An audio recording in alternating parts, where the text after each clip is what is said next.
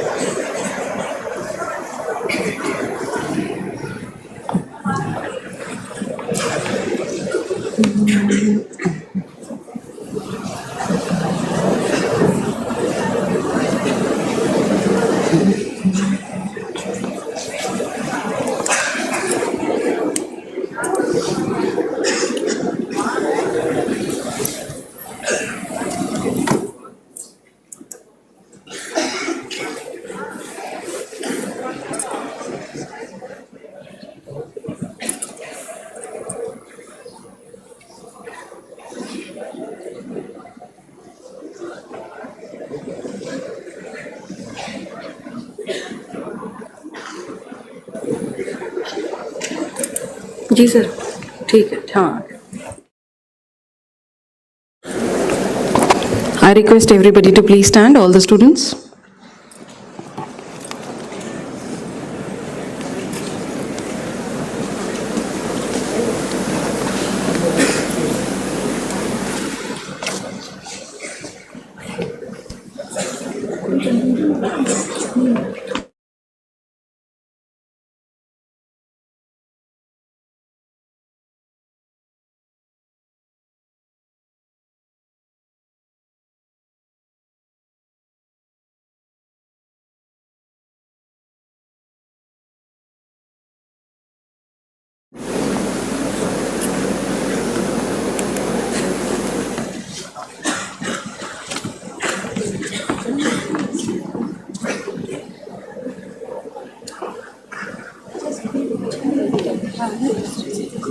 दो स्टूडेंट इस साइड आ जाओ.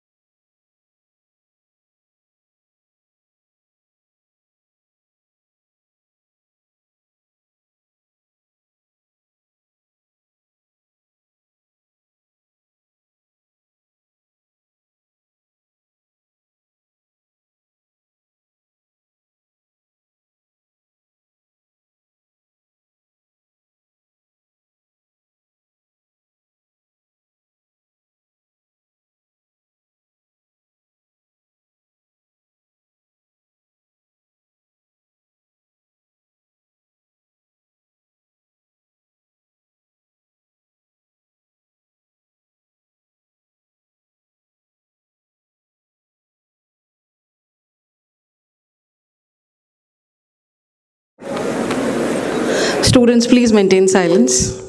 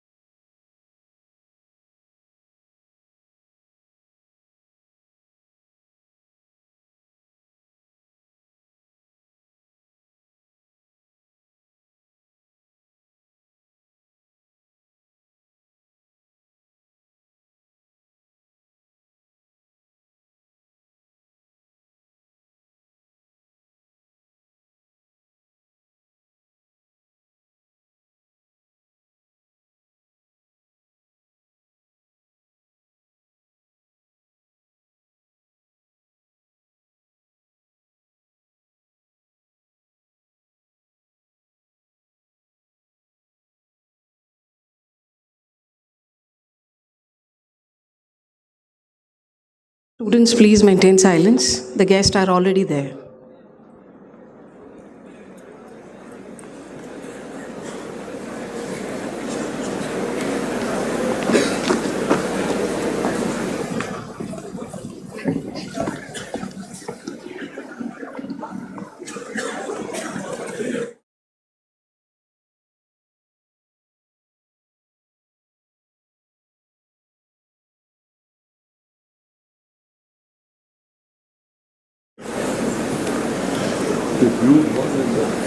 Good morning. Supplementary में जाऊँगा. Yes. Yes.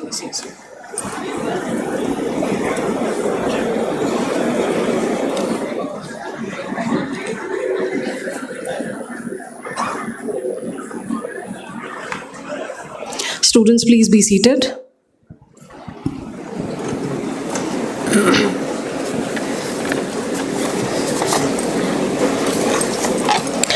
A very good morning to everyone present here. It is with profound gratitude and deep appreciation that I extend a warm and heartfelt welcome to each one of you gathered here this morning. To begin, it is my distinct privilege to introduce and extend a most cordial welcome to our chief guest of the day, Mr. Anil Srivastav, sir, Director, Madhya Pradesh Power Management Company Limited, a self-starter leader with years of extensive experience in corporate management. He has worked in the Indian administrative services at different levels in various departments of critical importance. Most recently as Secretary in Government of India as Principal Advisor and Director General in Niti Aayog. His dedication to advancing higher education and fostering a culture of knowledge and innovation has truly been exemplary. Sir, we are definitely privileged to welcome you. We would now welcome our guest of honor, Dr. K.P. Singh, sir, Director, Directorate of Extramural Research and Intellectual Property Rights, DRDO, Headquarters, New Delhi. An accomplished academician, driven by a fervor for teaching, research, and organizational administration. His research papers have found their place in esteemed national and international journals such as Scopus, ABDC, ESCI, and UGC, reflecting his unwavering commitment to scholarly exploration. We are honored to have with you, sir. Now I would like to welcome our special guest, Mr. Aditya Patel, Deputy Director, Ministry of Defense, Government of India, New Delhi, a distinguished civil servant and a strategic thinker. A 2017 batch UPSC Civil Services examination qualifier, Mr. Patel maintains a keen interest in geopolitics, geoeconomics, and emerging domains such as autonomous weapon system and futuristic defense technologies. It is once again my honor to welcome you, sir. A special note of gratitude is reserved for our Group Director PSIT, Professor Manmohan Shukla, sir, whose steadfast mentorship and guiding wisdom have always played a pivotal role in ensuring the continued success and growth of this wonderful institution. We are equally honored to welcome Director PSIT, Professor Raghavendra Singh, sir, whose leadership and academic foresight have been instrumental in shaping the Institute's achievements and pushing the boundaries of excellence.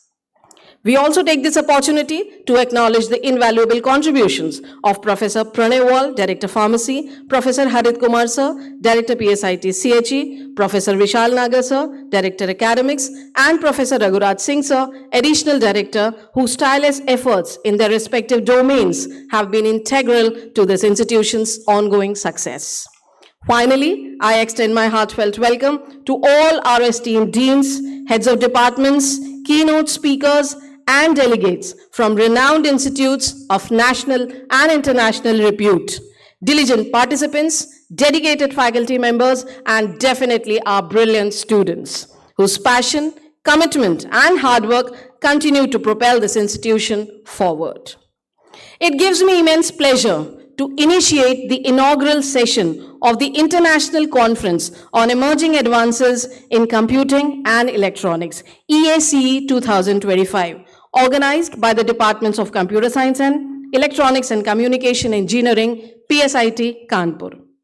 This conference serves as an essential platform to bring together distinguished academicians, researchers, industry experts, and practitioners who are contributing to the next wave of technological transformation. EACE as a domain represents the convergence of intelligent automation, advanced computational paradigms, and innovative electronics, areas that are collectively shaping the future of modern engineering and societal development. Over the next few days, the conference will feature keynote talks, technical sessions, research presentations, and interactive discussions that span across EACE themes as smart automation systems, high performances computing, intelligent electronic design, robotics embedded systems, machine learning applications, IoT, and sustainable technology solutions. Each session is curated to inspire our participants, promote interdisciplinary learning, and encourage the pursuit of advanced research aligned with real-world challenges. As per our rich Indian tradition, every auspicious beginning starts with the invoking of the blessings of our Almighty. To symbolize the dispelling of darkness and the illumination of knowledge, we shall now proceed with the lamp lighting ceremony. I humbly request all the dignitaries on the dais to please proceed towards the ignition of the ceremony. Can we have a huge round of applause for everybody?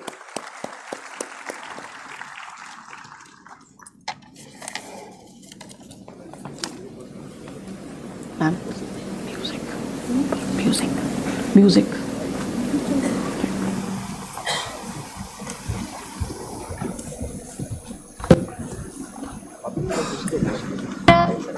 रधवला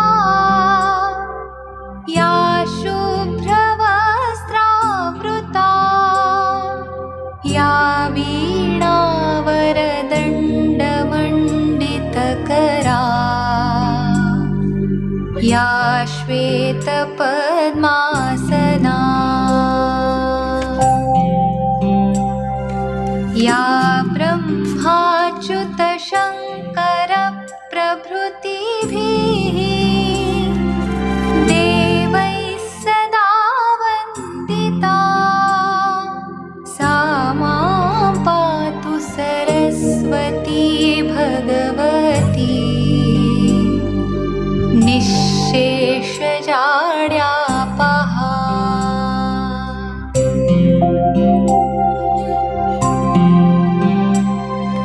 शुक्लां ब्रह्मविचारसारपरमा आद्यां जगद्व्यापिनीं वीणापुस्तकधारिणीम् अभयदा जाड्यान्धकारापहा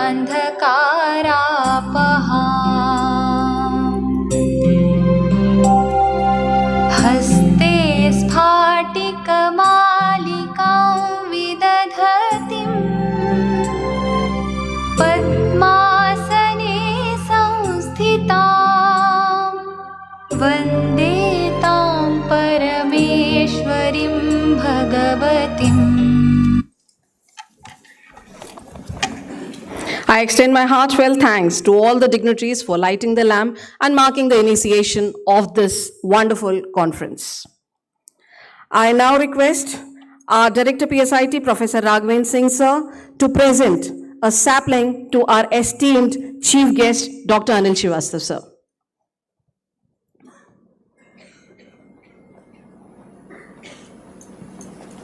Students, can we have a huge round of applause, please?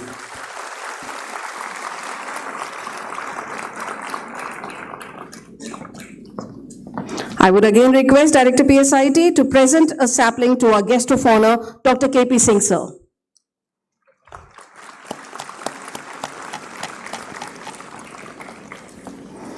Sir, do present one more sapling to our special guest, Mr. Aditya Patel sir.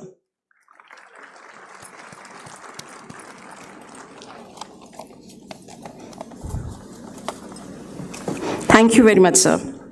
Now, it is indeed my honor to invite our revered Group Director, Professor Manmohan Shukla sir, to the podium, whose speeches are definitely motivating for all of us. Can we have a huge round of applause for sir?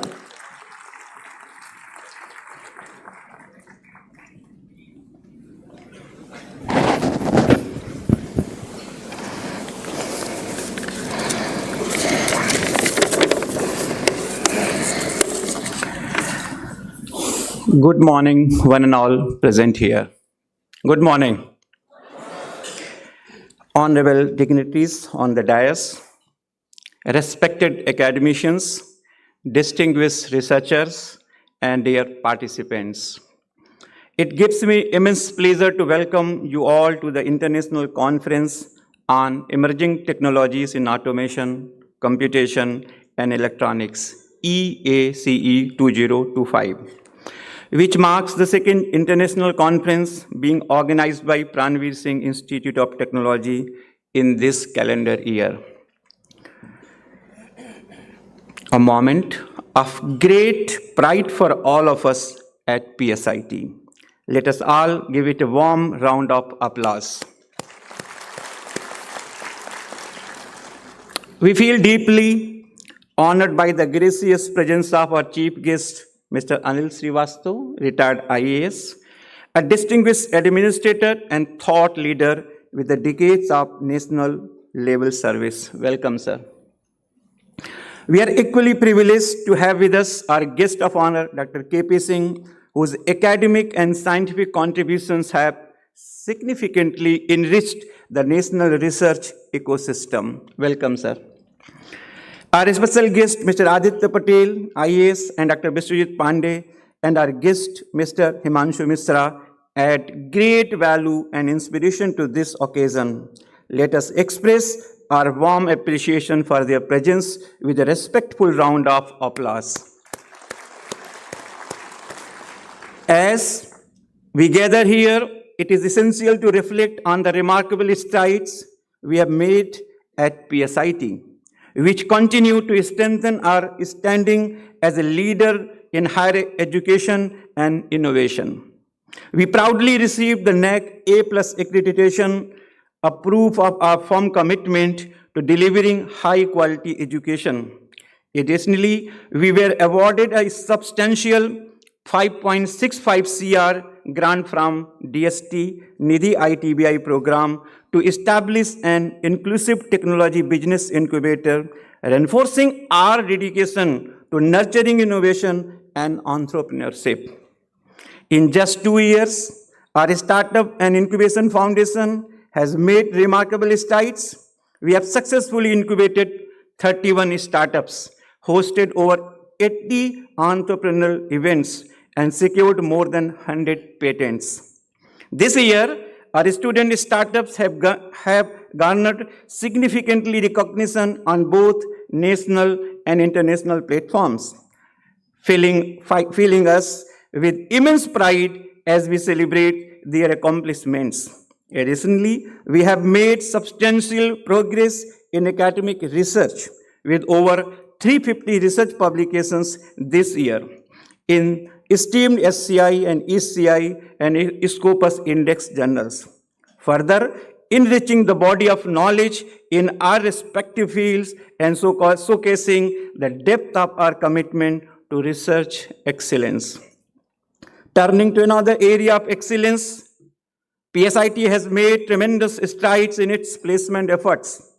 The 2025 placement season has been nothing short of spectacular, with our students receiving offers from some of the world's most prestigious companies, including Microsoft, Amazon, Palo Alto Networks, PayPal, Commvault, Google, Flipkart, Atlassian, Goldman Sachs, and JustPay, with salary packages reaching up to an extraordinary 66 lakh per annum.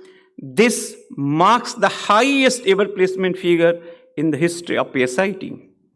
Notably, Microsoft's offer of 51 lakh per annum stands as the second highest offer in our institution placement history, demonstrating our students' exceptional capabilities and global appeal.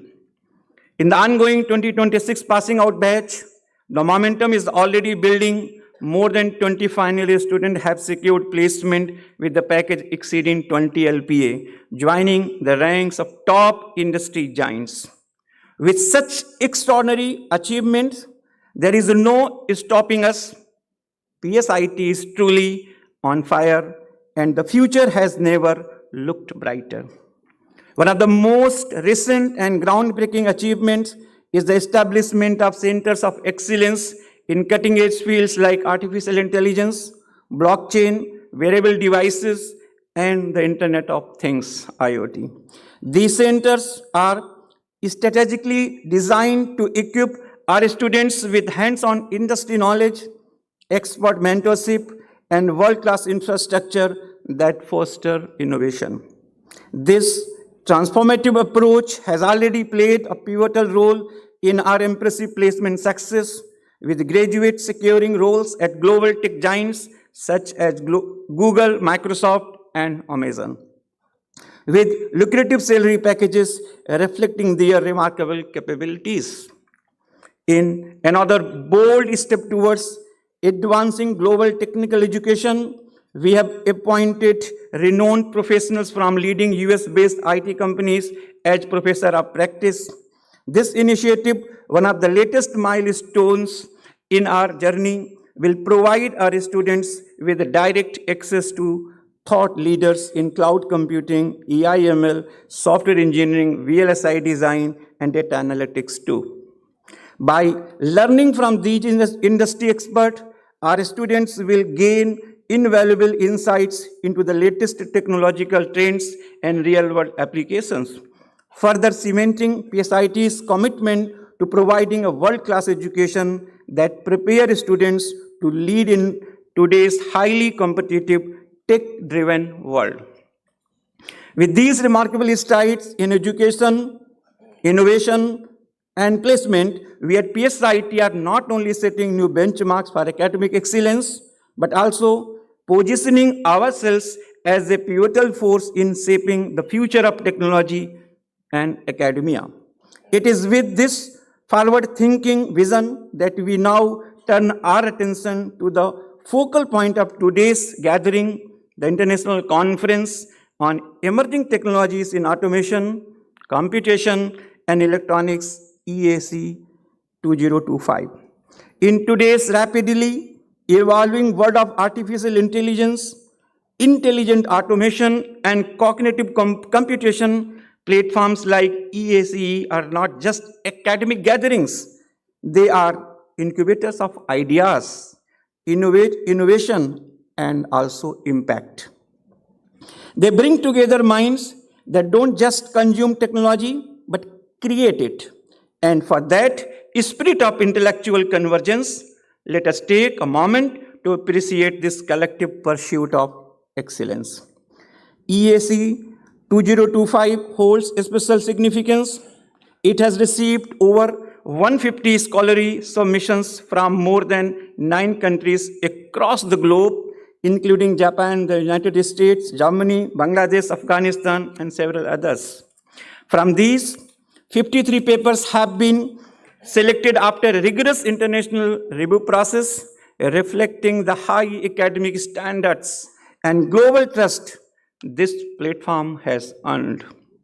I extend my sincere appreciation to our national and international reviewers and to our esteemed sponsor, DRDO, whose support strengthens the bridge between academic research and national technological advancement. We truly appreciate their contribution to the success of the event. A warm round of applause, please. At PSIT, we believe that technology must not only be advanced, it must be purposeful. It must respond to human need, societal development, and national growth. EACE 2025 echoes their belief by focusing on domains that will define tomorrow: artificial intelligence, cognitive science, VLSI innovations, and intelligent computation systems. I particularly wish to encourage our young researchers and scholars to use this platform not merely for presentations, but for curiosity, collaboration, and intellectual exchange. Use this platform to question, connect, and co-create. Because real progress doesn't happen in isolation. It happens through collaboration, dialogue, and diverse perspectives. As we begin these 2 days of knowledge sharing and innovation, I wish EACE 2025 very success. May this forum inspire minds, connect ideas, and shape technologies that will define tomorrow. Thank you very much.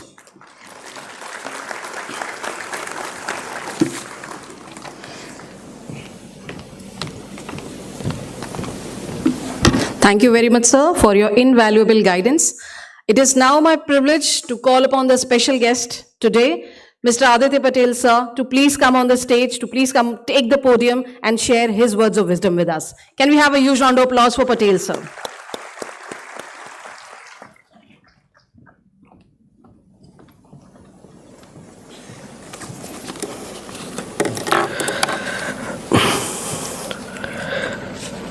Good morning to all of you. Respected chief guest, Anil Srivastava sir, guest of honor and my colleague, Dr. KP Singh sir, Group Director, PSIT, Professor Manmohan sir, and Director, PSIT, Professor Raghavan sir.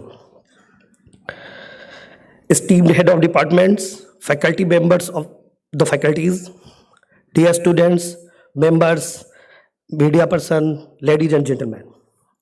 Very good morning to all of you.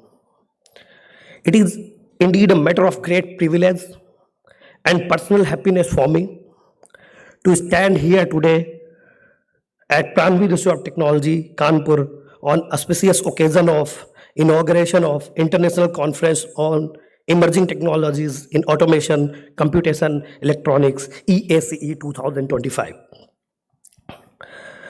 First of all, I bring the warm greetings and best wishes from DRDO and in particular Armament Research Board, Delhi. To every organizer, participant, speaker, student and delegate present here. When I received the invitation from Professor Manmohan sir and the organizing team, I did not think twice before accepting it, because conference like ACE represent exactly the kind of synergy that India needs today. Synergy between academia and defense research ecosystem, synergy between curiosity-driven learning and mission mode application, synergy between the bright young minds of the country and the strategic needs of the nation. The theme of the conference, Emerging Technology in Automation, Computation and Electronics, is not just contemporary. It is the very foundation on which the future security, prosperity and technological sovereignty of India will rest. Let me place a few hard facts before you, because understanding these facts is very important. This will ignite you, this will motivate you to do something. First, by 2030, the global market size of autonomous systems, artificial intelligence, and advanced electronics is projected to $2 trillion.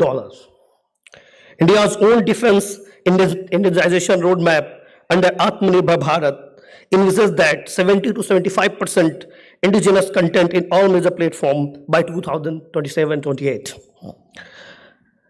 DRDO alone has more than 300 ongoing projects that directly depend on breakthrough in robotics, embedded systems, high-performance computing, sensor networks, and electronic warfare systems. Who will deliver these breakthroughs? Not just the scientists sitting in the DRDO labs, but you, the students. Because idea can come anywhere, from anywhere. Even earlier it was like high-level educated scientists only think about the high-end technologies, but it's not true. Most of innovations come from the young brains, comes from the people from outside of that domain. As you know, about many scientists, Gregor John Mendel, he was a father. Many others also were not really scientists who worked in labs, but they invented. You people, students, delegates, professors in colleges, everywhere they are working, they are having their own set of brain, they can innovate. That is why events like EACE 2025 are so important. This is not merely an academic conference. This is a national mission in disguise.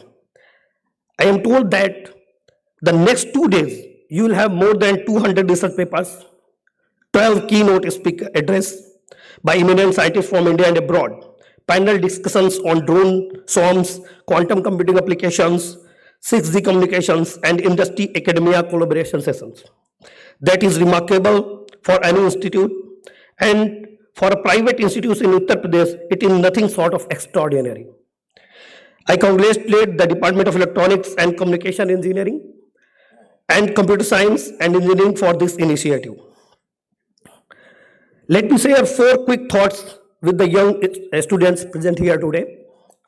First, think dual use from day one. What does it mean? It means that not only think about a technology that what it is making for. Suppose you are making a MEMS sensor, edge computing, or additive manufacturing. Both has civilian and defense applications. When you design an algorithm for a self-driven car, ask yourself, can the same algorithm help an unmanned vehicle, ground vehicle, navigate in GPS-denied battlefield? When you work on low-power IoT nodes, ask, can these nodes survive electronic jamming and still research into strategic national assets? Dual use minds is very important thing because technologies have their many applications. Second, speed and scale matter more than ever. The pace at which technology is moving today is merciless. The enemy does not wait for your PhD or your BTech or MTech to be done in 4 years, 5 years. Therefore, learn to prototype fast, fail fast, and iterate fast.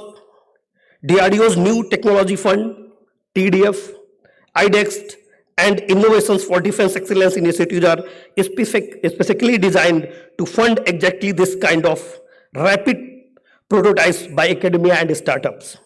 I urge every faculty members, student here to apply. The doors of DRDOs are always wide open. Third is never underestimate the power of collaboration. What Manmohan sir already told you. These conferences are platform to make networks, to collaborate with the people. No single laboratory or alone institute can solve the complex challenges of modern warfare or modern industry alone. Look at how Israel, it's a very tiny country. Many of our districts are bigger than the Israel, but their relentless industry, academia, government collaborations make them leader in these fields. PSIT has already taken the first step by collaborating with DRDO, AICTE, and AKTU. The next step from consortia, apply for joint projects, invite DRDO scientists to guide your MTech and PhD students, and let your students intern with us. I assure you on behalf of DRDO, we will reciprocate with open arms. Fourth is Gandhi's talisman, what sir said, that technology must be humanitarian. Whatever technology you are developing, you must have in your brain that how it will impact the people in the last mile, in the margin. Because when it's come about technology, it's not equally benefit everyone. Whenever you develop those things, whenever you have any problem in your brain, just think about that, your action, how facilitate the person in last row. Before I conclude, let me place on record my deep appreciation for leadership of PSIT management, the tireless effort of the organizing committee led by Professor Manmohan sir and Professor Advain sir, and the enthusiasm of the hundreds of student volunteers who have made this international conference possible. I am confident that EACE 2025 will not just be an event that happens on 28-29 November 2005 and is forgotten. It will be the spark that ignites many long-term collaborations, several funded projects, few startups. I think you have to think more than the placements, because placements will give you the job. But now our country needs inventors. So importance of startup is very important thing. You can utilize DRDO like institutions set up for prototype development and many other projects you can test in our labs. So also think about to start startups from the beginning. With these words, it is my proud privilege to declare the International Conference on Emerging Technology in Automation, Computation and Electronics 2025 formally inaugurated. I wish the conference grand success and every participant 2 days of intense learning, new friendship and breakthrough ideas. Jai Hind, Vande Mataram, Jai Jawan, Jai Kisan, Jai Vigyan. Thank you.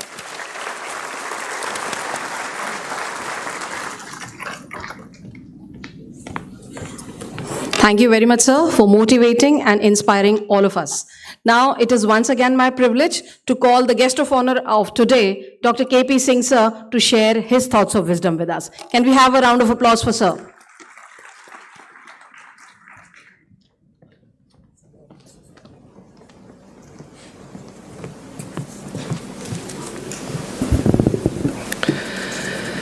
Today's chief guest, Sri Anil Srivastav ji, Honorable Sri Paranveer Singh ji, Vice President Abhijit Singh ji, Professor Manmohan Shukla ji, Professor Raghvendra Singh ji, faculty, staff, student, participant, ladies and gentlemen, good morning to all of you. First of all, I would like to congratulate to PSIT to organize such a wonderful conference in this institute. It is I'm very fortunate. I am come over here. We wish this international conference EACE-2025 to a grand success. Thank you so much. The main charter of an institute is credible research, free from errors, and filing of IPR and granting of IPR to produce any device, copyright, app, design or a trademark. After that, TOT to the industry. We are dealing with granting of funding for conference and funding for a project, then maintain a DRDO portfolio for academic research to the in India.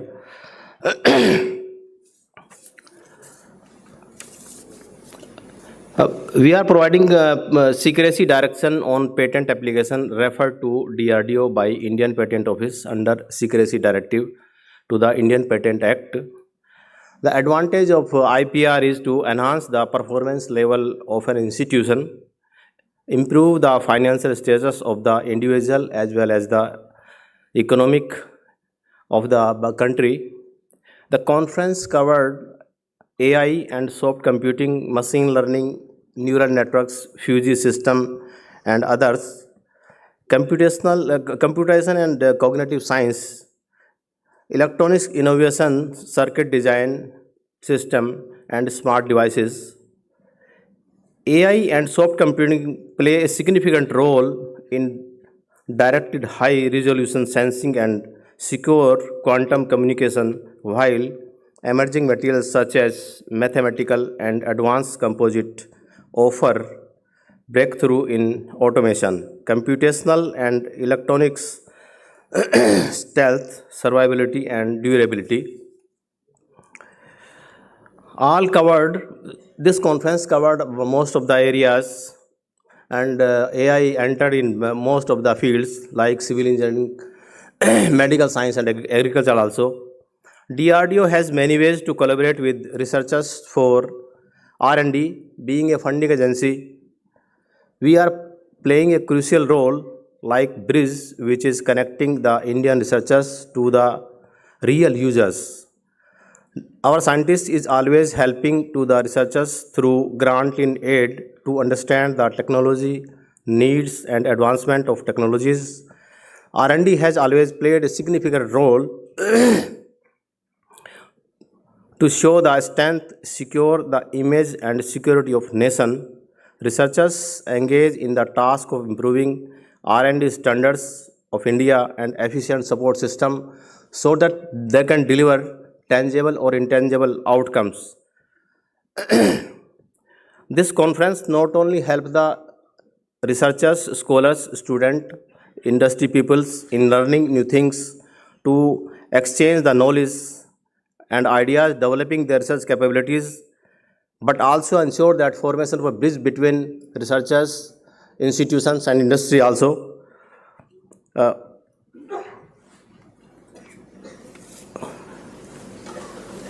At the end, I want to say few words about ये तो सब चल रहा है.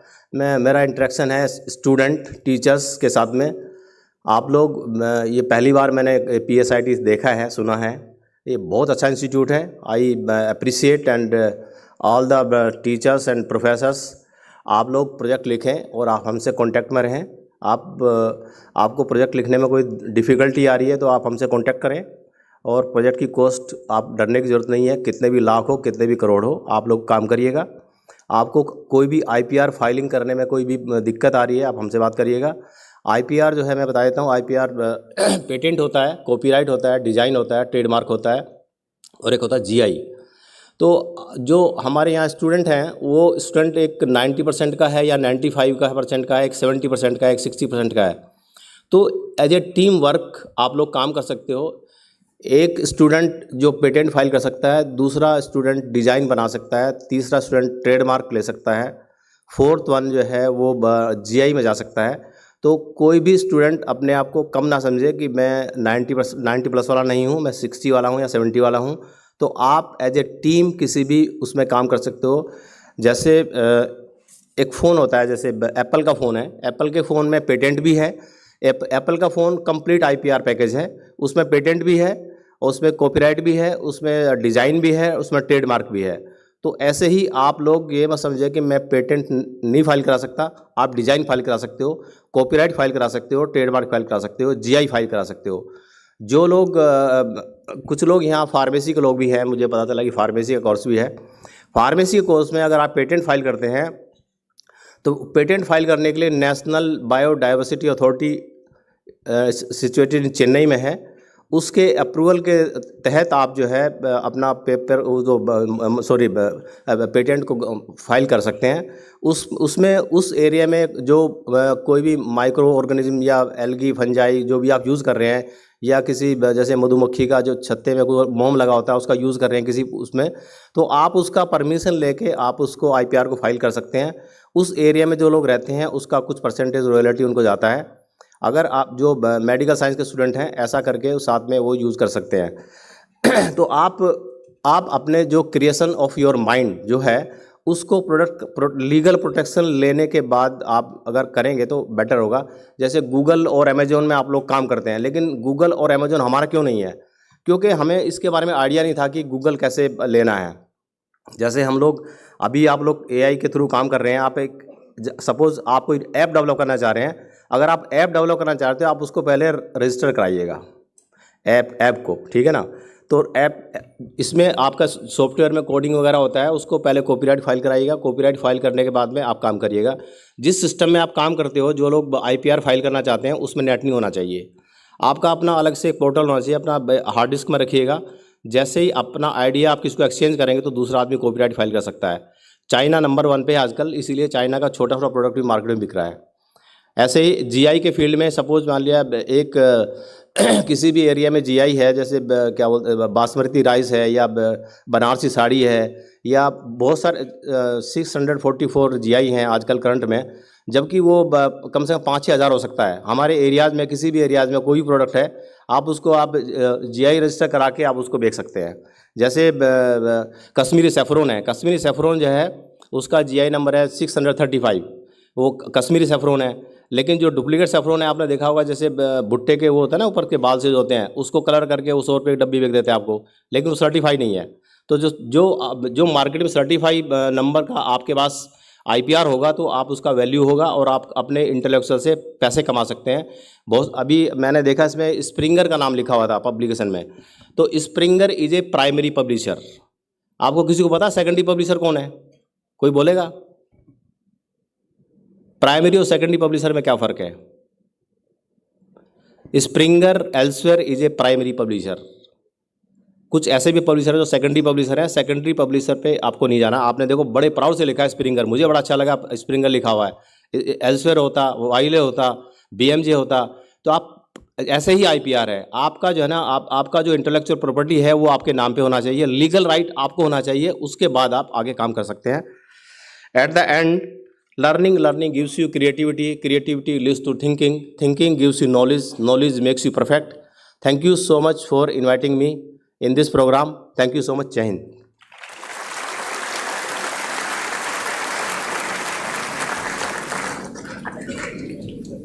Thank you very much, sir, for guiding not only our students, but all of us. Now, it is once again, my privilege to call the chief guest of the day, Mr. Anil Srivastav, sir, to come on the podium and enlighten all of us. Can we have a huge round of applause for sir?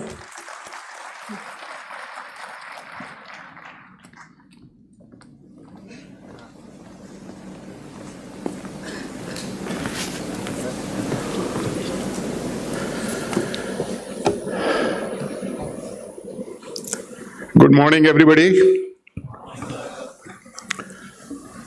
Honorable dignitaries on the dais, Shri K.P. Singh ji, Professor Shukla, Professor Raghavin ji, Aditya Patel ji, distinguished gathering in the hall. It's a privilege to be speaking before this august gathering. And I don't know whether I do have sufficient credentials to speak and put forward anything new. But yes, of course,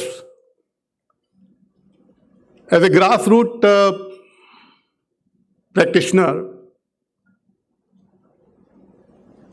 having a sort of computer science degree from IIT Kanpur, then a master's. And you know, when I did my project in the BTech, that was enhancing the computational capacities of a 8080 based chip. Now, I don't know whether you have heard the name of the 8080 chip. Professor Vajan Singh must have. 8080-8085. ये तो एक micro processor micro computer बनाया गया, पहली बार launch हुआ वो India में. That was HCL made it, DCM data products ने बनाया था. एंड इशू ये था कि उसकी कंप्यूटेशनल स्पीड कैसे बढ़ाई जाए so that the signals coming from the optical fibre could be processed in that microprocessor, microcomputer. So Dr. P.K. Chatterjee, Dr. Raghuram was my guide. And you know, when we did that project, it was great, one of the greatest accomplishments which I used to think that I have achieved in my life. Successfully usne compute kiya and all that, and then it was published, we got some awards and everything. Okay, that was one stage. Went and did my master's in management from IIM. Then I decided that this is something which I am doing. Where is it leading me to? And this is one question which I would like all of you to be always keep in your mind. You are all brilliant students. What you are doing, where is it leading to? And when I landed up in a district called Guna, I'm not sure whether many of you have heard about it. Got down from the Sabarmati Express and got into the district headquarters, which did not have the sufficient length of platform to have all the bogies on the platform. And then from there, the realities of the life in the Indian administrative service started. And then I started realizing that to 8080, increasing the processing speed of 8080, and then the people, those who do not have the house, they do not have the shelter, they do not have the food, they do not have the transportation means, and that was the diversity of the life. Having lived in Kanpur, studied in Bangalore and Kanpur, I had never realized that these are the realities, ground realities of the life. So friends, this was to give you the background. Now, I was talking on my way to this hall. What are the emerging technologies? It is said that necessity is the mother of inventions. Well, it was. When the fire was invented, when the wheel was invented, that was the necessity of which led to those inventions. But then, if I have to look at the scenario today, probably the profit is the necessity of invention nowadays. You can't ignore that we have a concept of funded research. I have come back to IIT Kanpur after completing my professional career in the administrative service. I'm here in IIT Kanpur for some time. Then I realized that the importance of the funded research in these institutions. And what are the funded research? I'm sure that you must ponder over it as to what it leads to and what it should be. So friends, what are the emerging technologies? I would say emerging technologies are something which are kind of cutting edge technologies, where you are cutting the edge. That means that you are moving from an existing technology to something which is better, more advanced, new, or whatever it is. I mean, not adding any value to that. Some change in the technology is the cutting edge technology, and what emerges is something which is in that direction, which is the cutting edge technology. So emerging technologies are something which are new, but where are they coming from? Emerging technologies are coming from where? Who is deciding that what should be the emerging technology? Who is deciding that in what direction the emerging technologies should be moving? I may be sounding very philosophical, but anyway, these are some of the thoughts, some of the questions which I want to raise. I'll try to conclude it with my own assessment, with my own ideas as to what it should be. And then, why are the emerging technologies, why they are needed? And lastly, the fourth point is that how the technologies should emerge. Friends, as I said, having gone through the entire process myself, what I feel, I'll take the point number 4 first, and then I'll move to other points about the technologies. The technologies should emerge as my friend Aditya was speaking. The technologies should emerge from the citizen, from the masses, what they require. And as our Prime Minister also says, I mean, these are all ideas coming to mind as I'm talking to you. He spoke about it in one of the Niti Aayog's meeting halls where I was present, and since my last assignment was with the Niti Aayog, the apex body of the policy making and the think tank of the Government of India. So the Prime Minister said that we do a lot of research. We publish those research in the journals, which I cannot understand. He himself said, I cannot understand. The journals are benchmarked by the enlightened people, those who do not know the realities of our country or India. And that's what is the views of our Honorable Prime Minister also. So friends, how the technologies should emerge. When the technologies emerge, they should be citizen-centric. Nothing succeeds in terms of the technology unless it becomes a mass movement. Look at the UPI. That's a technology which has succeeded, but not many technologies can speak or can be said about it. So the mass movement is the ultimate test of the successful new cutting edge or the emerging technology, and you should not ignore as to what is happening. So the citizen's perspective of a technology, the mass movement, and then the social impact of the technology, that can also not be ignored. We cannot ignore the fact that the gaming had become so popular that the government had to pass a legislation not to have it popular among the youngsters. So what are the social impacts of the technologies? That we cannot ignore.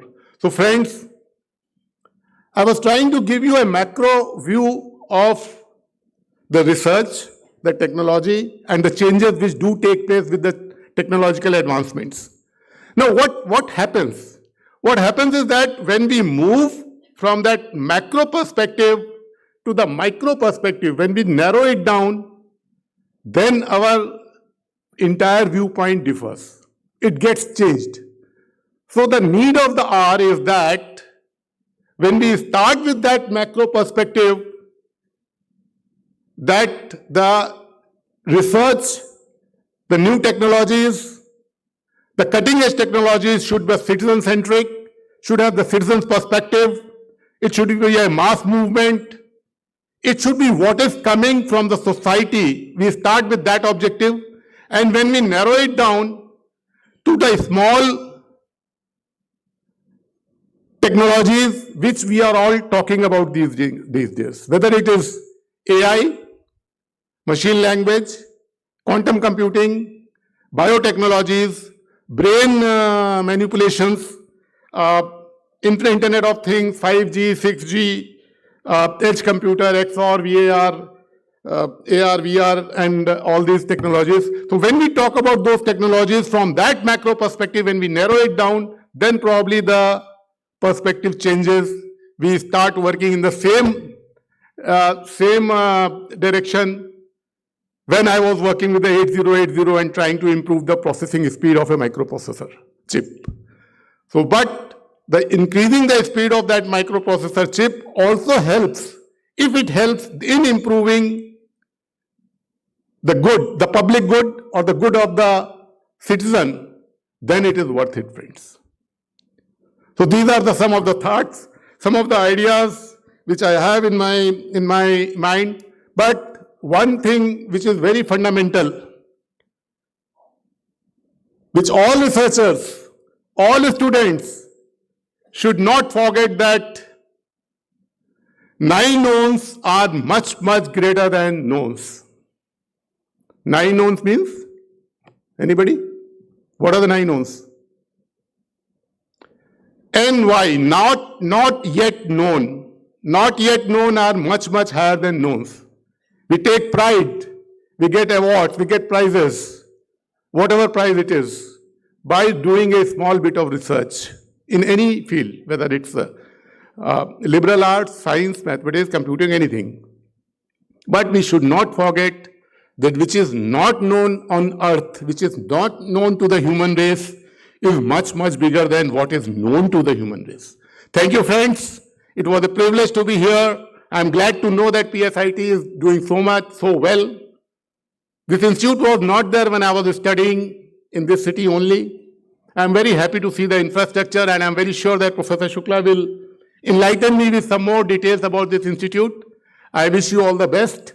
And I'm thankful to the organizer for having me here for this, this conference. I wish all the best to this conference. I'm very sure that this will go a long way in deciding or in making some way, some pathway for emerging technologies in the computing, in automation, and in the electronics. Thank you very much. Jai Hind.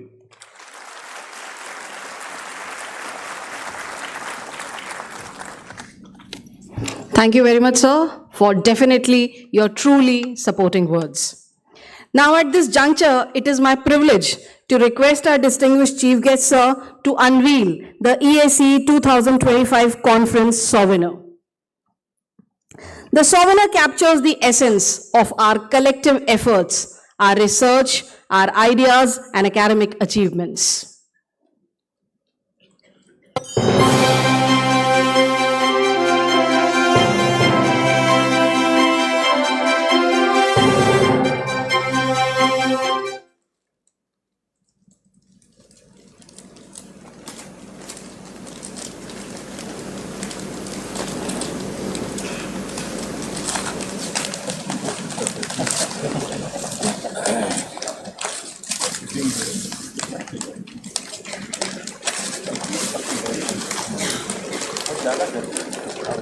Students, can we join our hands together for the unveiling of the Souvenir?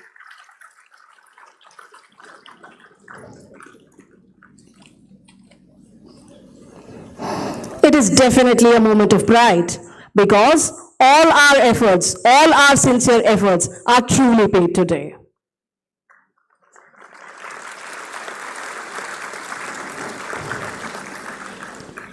Thank you very much, sir. I would now like to request our esteemed Group Director, Professor Manmohan Shukla, sir, to present a memento and a shawl as a token of gratitude to our Honorable Chief Guest, sir.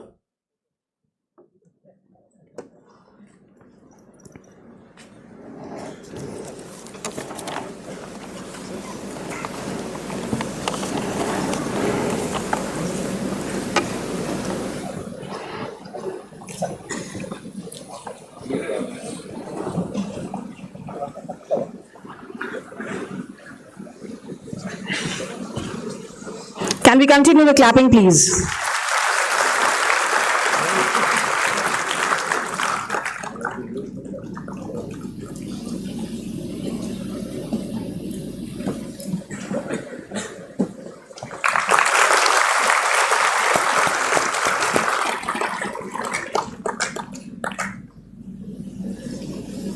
Next, we would like to show our gratitude towards our guest of honor, Dr. K.P. Singh, sir.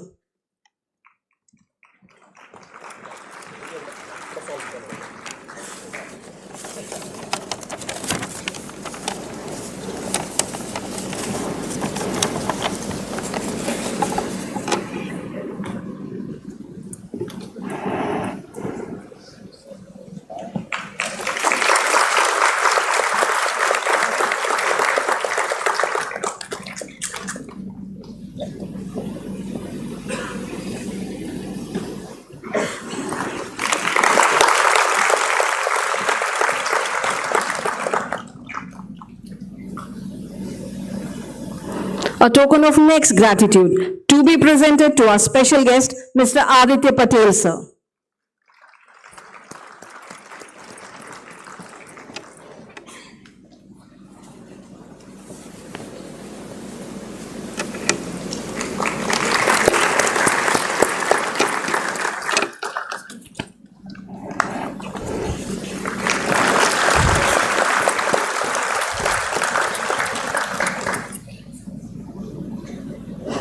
Thank you very much, sir. Gratitude is a powerful force that fosters humility and generosity. In this spirit, I now have the privilege of inviting our Director PSIT, Professor Raghavendra Singh, sir, to deliver vote of thanks. Can we have a huge round of applause for our Director PSIT?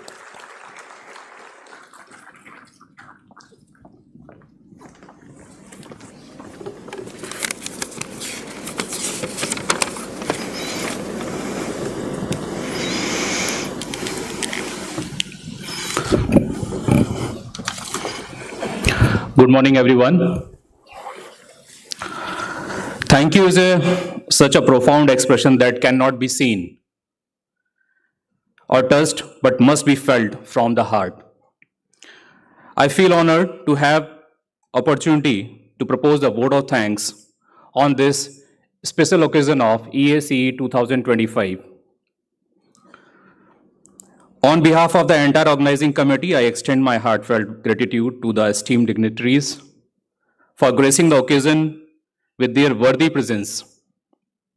We are honored to have with us the chief guest, Sri Anil Srivastav-ji, Director MPPCL, Guest of Honor Dr. K.P. Singh-ji, Director ER and IPR DRDO, New Delhi, and a special guest Sri Aditya Patel-ji, Deputy Director ARM REB DRDO, Ministry of Defense.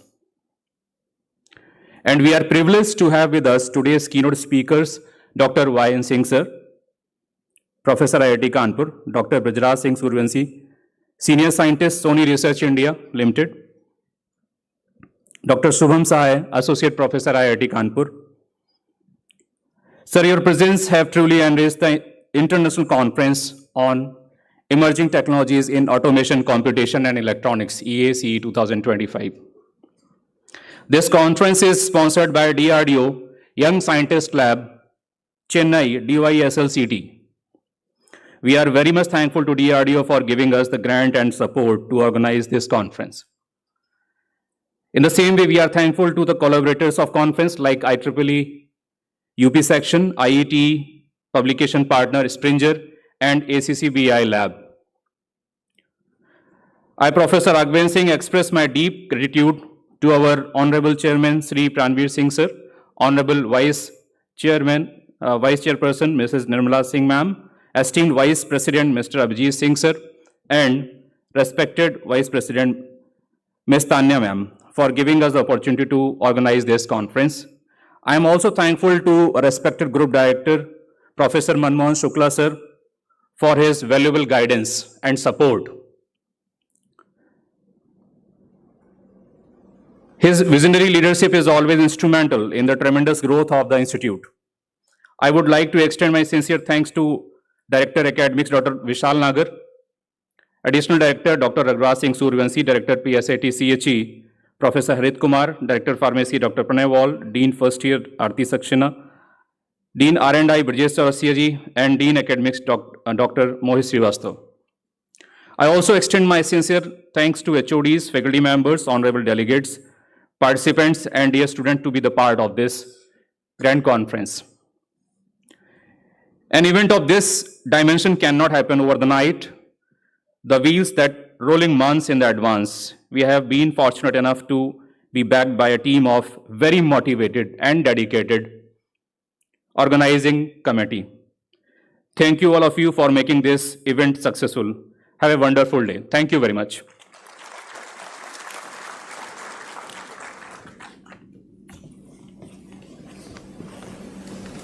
Indeed, gratitude is the most humble expression of any kind of appreciation. With this, I would like to request everybody to please stand up for the national anthem.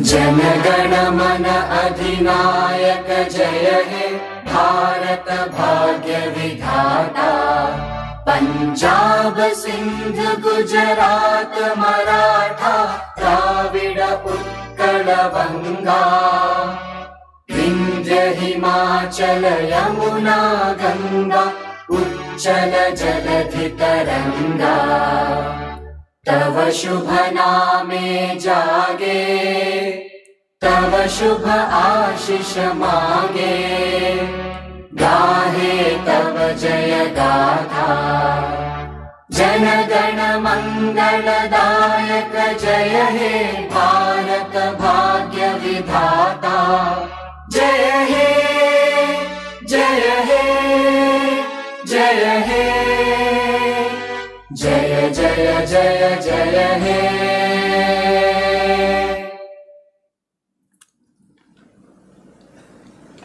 Thank you very much.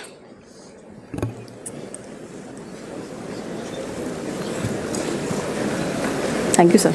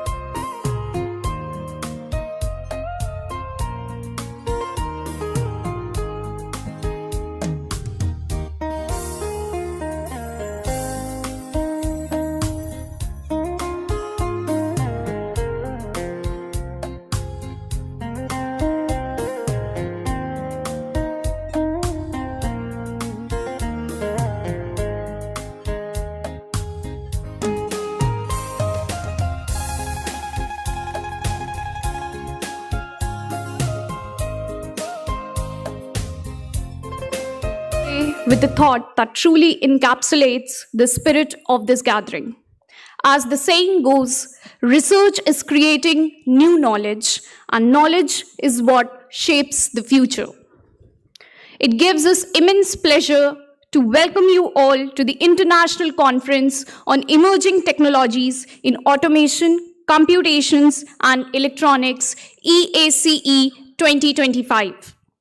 This prestigious event is organized by the dedicated collaboration of the Department of Computer Science and Engineering, Department of Electronics and Communication Engineering. We are especially honored to be associated with the prestigious organizations including DRDO, DST Nidhi, IEEE, UP Section, ACCBI, and holding the distinguished NAC A+ accreditation. This international conference is a dynamic platform that brings together scholars, researchers, and academicians, and industry experts. Our goal is simple yet profound: to share cutting-edge advancement across several crucial domains. Over the next few days, we will delve deep into artificial intelligence, cognitive science, signal processing, VLSI, and electronic innovation.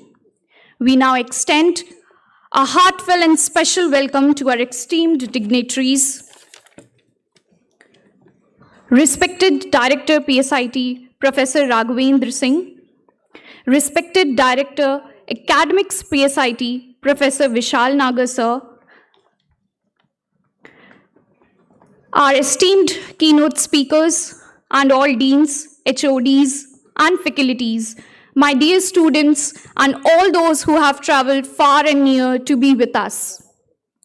We are profoundly grateful to your esteemed presence, which has added immense value to this academic gathering. Your participation makes EACE 2025 a truly enriching and memorable experience. Ladies and gentlemen, before we officially begin with our expert sessions, we have a simple but significant tradition. A plant or a sapling is the perfect metaphor for academia and research. It symbolizes growth, knowledge, and nurturing of a vision. In this spirit, may I now request respected Director PSIT, Professor Raghavendra Singh Sir, to present a sapling to our esteemed guest, Professor Y.N. Singh Sir.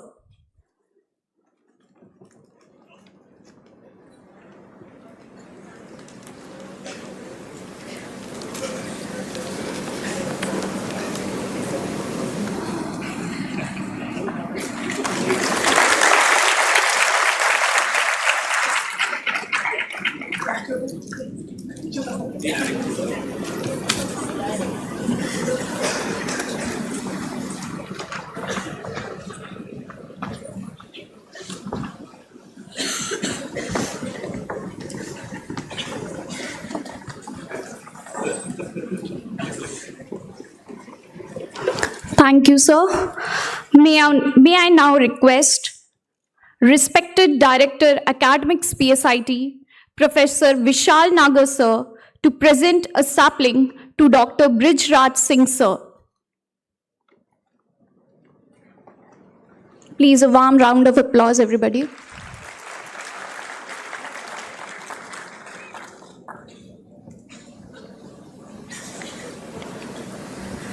Thank you, sir. May I now request respected Director Academics PSIT, Professor Vishal Nagar Sir, to present a sapling to Dr. Shubham Sahai Sir.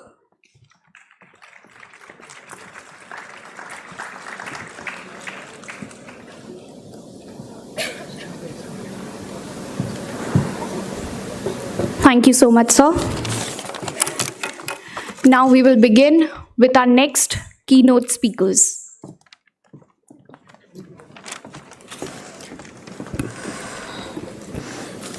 I'm delighted to welcome our first keynote speaker, Professor Y.N. Singh. He is Distinguished Professor in the Electrical Engineering Department at IIT Kanpur. He earned his PhD in Optical Communication Networks from IIT Delhi in 1997. Since joining IIT Kanpur in 1997, he was progressed through various academic roles and has held prominent administrative positions, including Associate Dean of Digital Infrastructure, Head of Computer Center, Chairman of CEMMC, and Dean of Infrastructure and Planning. His research spans optical communication networks, pattern recognition, machine learning, and biometric systems, with notable contributions such as the development of biometric recognition system based on ECG. He has authored over 60 research articles and 2 books, and has been widely recognized for his academic and research excellence. His awards include the IACT Young Teacher Award in 2002, the Dr. M.N. Saha Memorial Award for the Best Application-Oriented Paper in IETE Journals in 2006, which he received for leadership in the open source Brihaspati initiative. He was honored as the best teacher by Dr. APJ Abdul Kalam Technical University in 2022 and received a certificate of appreciation from the same university that year. Most recently, IIT Kanpur awarded him the Excellence in Teaching Award in 2024, underscoring his impact as an educator and innovator. Now, I would request Sir to come on stage and enlighten us.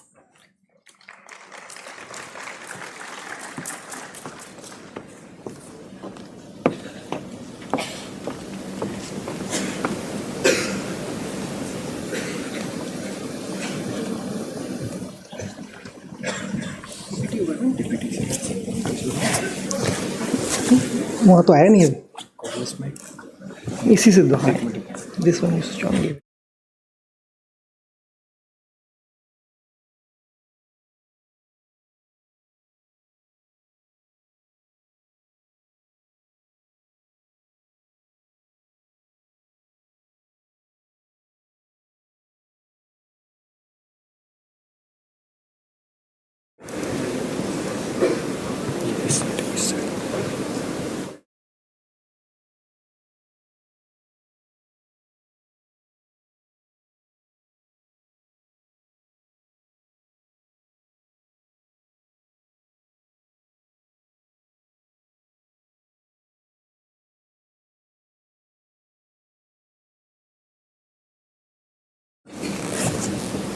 Okay, so thanks everyone for being here. My voice is audible to everybody?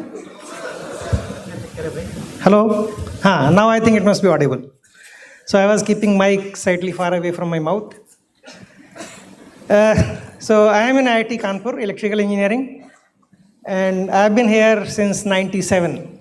Okay, I joined this place in 97. It's a long, long time, and it has been a long journey. So in the last leg of the journey, I moved to this particular thing because of a problem which we faced. Okay, I started around 2005 or 6 a project called Brihaspati. Okay, so I started with Brihaspati. I never thought there will be second generation system, but it was. So there is a Brihaspati 2 which came. So there was no Brihaspati 1. It was unplanned Brihaspati 2. It was a web portal system for learning management. Okay, that's the way it actually all started. And it was also an accident kind of thing. There was another professor, Professor K.R. Srivatsan, who was handling a project from MIT, and he became a director of a place. He handed over the project to me, and I had money and resources to do something. And I always wanted to build a project, a product which is going to be useful. And software is always easy to work with. And I ended up doing a web portal system called Brihaspati. The code for the Brihaspati 2 and 3 till that point is available already in open source. You can get it on sourceforge.net or GitHub, both. I did coding myself in that, so quite well versed with Java because of that. And over time then, in 2010 around that time, MHRD started a project called National Mission on Education through ICT. NME ICT actually. So a lot of you must be doing NPTEL courses or SWAYAM portal MOOCs. That also was part of the same mission. Okay, it was about 10,000 crore thing, so quite a good amount of money also came to me as the initial consortium coordinator. And we did that Brihaspati thing We not only built LMS, we built accounting system, we built a library management system, we did actually election management system. There are 8-9 products. All of them are available on GitHub. Okay. But these are old web portal based system. And that time MHRD said, do it for the whole country. And that's where the turning point was for my life, for my career, as well as for my funding, research funding. As a consequence, my research funding stopped. So that's a pain which you go through whenever you actually choose certain areas. But I feel happy because I entered into a domain where I can understand a lot of things which are not normally touched on by the people.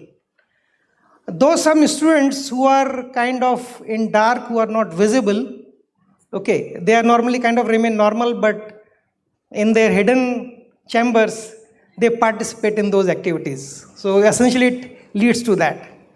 Okay. And I think one word which is a TOR, the onion router. All of you might have heard of it, and some of the students might actually be using it. Okay, but nobody tells that I am using it. So this is a window to darknet. So that also is based on the similar technology. That's what I am talking about. Okay. So the massive scalability. So India has a population of 1.130 crores roughly. And for that to build up an LMS was a big challenge. So MHRD thought I will now put up a solution of a data center and putting many servers and creating the way the cloud being created by Google or something. I said, but that's not the optimal way. That's not the correct way. If that is not the correct way, why Google, Yahoo, everybody, Amazon, everybody did it that way? Because they are a business. They always want to generate profit. They are not for efficiency or for the people. You have to understand. When they provide you service, they are selfish. The profit is the motive. My motive was not profit. I was being funded by government. So I started my journey on learning about peer-to-peer networks from scratch. Okay. I am basically a power engineer. Okay, a lot of you will be amazed. I know about machines, I know about power systems. That was my bachelor's. My master's was in optical communications. My PhD was in optical networks. And here I was doing now software. And that was something totally new. Then you searched on the net. Very few people actually have been working in this domain. It's a kind of a pariah domain, not the government. Most of the time, the governments don't like this kind of systems. Okay. Because they technically can lead to a system where surveillance will not be feasible. Okay, they become surveillance-proof, overlaid internet. That's a term which is coined for this. So this is a journey which I am sharing, and some technical stuff which I will be mentioning. Okay. So acronym which is used is P2P. There are many other names, not only P2P. There are many other names. I can call it a cooperative computing. Okay, actually means the same thing. But now when I write a proposal to government of India, I write cooperative computing because P2P is blacklisted. But tomorrow they will also blacklist cooperative computing. I have to do something else. But incidentally, same technology is also used to build up clouds. Okay. So, but what we are now technically doing is let users' machine cooperate with each other together and form the user cloud. You don't require servers in that case. Your machine can also become part of the cloud. Okay. So that's the idea. So basically, idea here is the machines will talk to each other directly. There is no servers involved in between. In fact, telephony is one of the pain thing as of now. We all do WhatsApp call. We all do Telegram calls. But they all can be actually tapped into in between. That is possible. Okay. And in fact, India, there is a regulation under IT Act that any system which you build, it should have a capability whereby the call or the messages can be tapped in between during transit. So everybody can be put on surveillance. Well, that's true all across the world. Some places is extreme like North Korea or China or Russia. United States is also, they have a PRISM program which does it. Okay. India also has a program, but it has never been officially announced or officially acknowledged by anybody. But we do have. So you are all under surveillance all the time. Okay. But this fact will not be acknowledged by anybody. So whatever I am saying also has to be taken with a pinch of salt. May be true, may not be true. So I am not an official spokesperson of government. Okay, so what we need is, it's essentially a networked software system where the endpoints, which is basically your mobile phones, your laptops, your whatever embedded devices can talk to each other directly. We need the availability of the technologies required, which we have now, because your mobile is a high-end computer now. It has an octa-core. It has now storage of in terabytes. It is possible. 512 GB, I think almost everybody who has a mobile phone, all youngsters must be having 512 GB. And I don't know what they store in that. It's too high a space. And compute power is tremendous. It must be 2.4 gigahertz clock rates, octa-core system. RAM is how much? Minimum 16 GB in every mobile phone, each one of you which you are holding. Nobody likes a lower RAM. Of course, they don't know what is the RAM is used for. Okay, how the programs get organized in that. Most of the time, it is actually used for a cache, so that when you close the app and open it again, it loads very quickly. Maximum usage is that in most of the systems. Same is true even with your PCs. Okay, so in fact, you reboot a machine and start an application. It takes a lot of time to start the application. But once then you close down the application and again click, so that again it comes back immediately almost, because it's already there in the RAM. It's only tagged as that it is in the cache. But when you do it, it takes it from the cache and immediately it actually gets activated. So RAM is organized in such a way that you don't have to swap around the things. So wherever it is, it can be used from those pages. So this is a 512 kilobyte blocks which are used for putting up all the programs in that. So it becomes feasible now with these kind of endpoints to build up these systems. This is not something new. This was known for a long time. Mathematicians actually have worked upon this algorithms. But it was not there earlier because bandwidth was not there. We were on dial-up modem lines earlier days. Now we are on fiber. We have already 4G and 5G systems which can give very high bandwidth. That has made it possible. We have got a compute which has become cheap, storage which can become cheap, which is now there in your hands. Earlier days, a costly compute, everybody cannot own it. You people mostly will have dumb computers. Bandwidth will be a dial-up modem. So peer-to-peer was not possible in that actually. So it was a client-server computing which actually predominantly started when the internet took off. Internet, by the way, if you have actually go through a course on network engineering, you will figure out internet by design is peer-to-peer. Okay, it was never designed for a client-server kind of stuff. So anybody can talk to anybody. That's the way it has been engineered. Okay, all protocols. Go to www.ietf.org where all RFCs are listed and you will find it. So we have to now build up, it is possible that technology available, resources are available, security. Earlier we were using RSA, but these are all compute intensive stuff, but now it can be done very easily. We have got the specific chips which are available, which does all this key generation, key management stuff. So they're highly specialized processors which are available for doing this stuff. Reliability and resilience, it comes through algorithm. So that's where my inventions actually got into picture. I invented a resilience mechanism for peer-to-peer systems, whereby data will never be lost even if people keep on dying. Basically mobile phones or endpoints keep on dying or keep on coming up. We call it churn.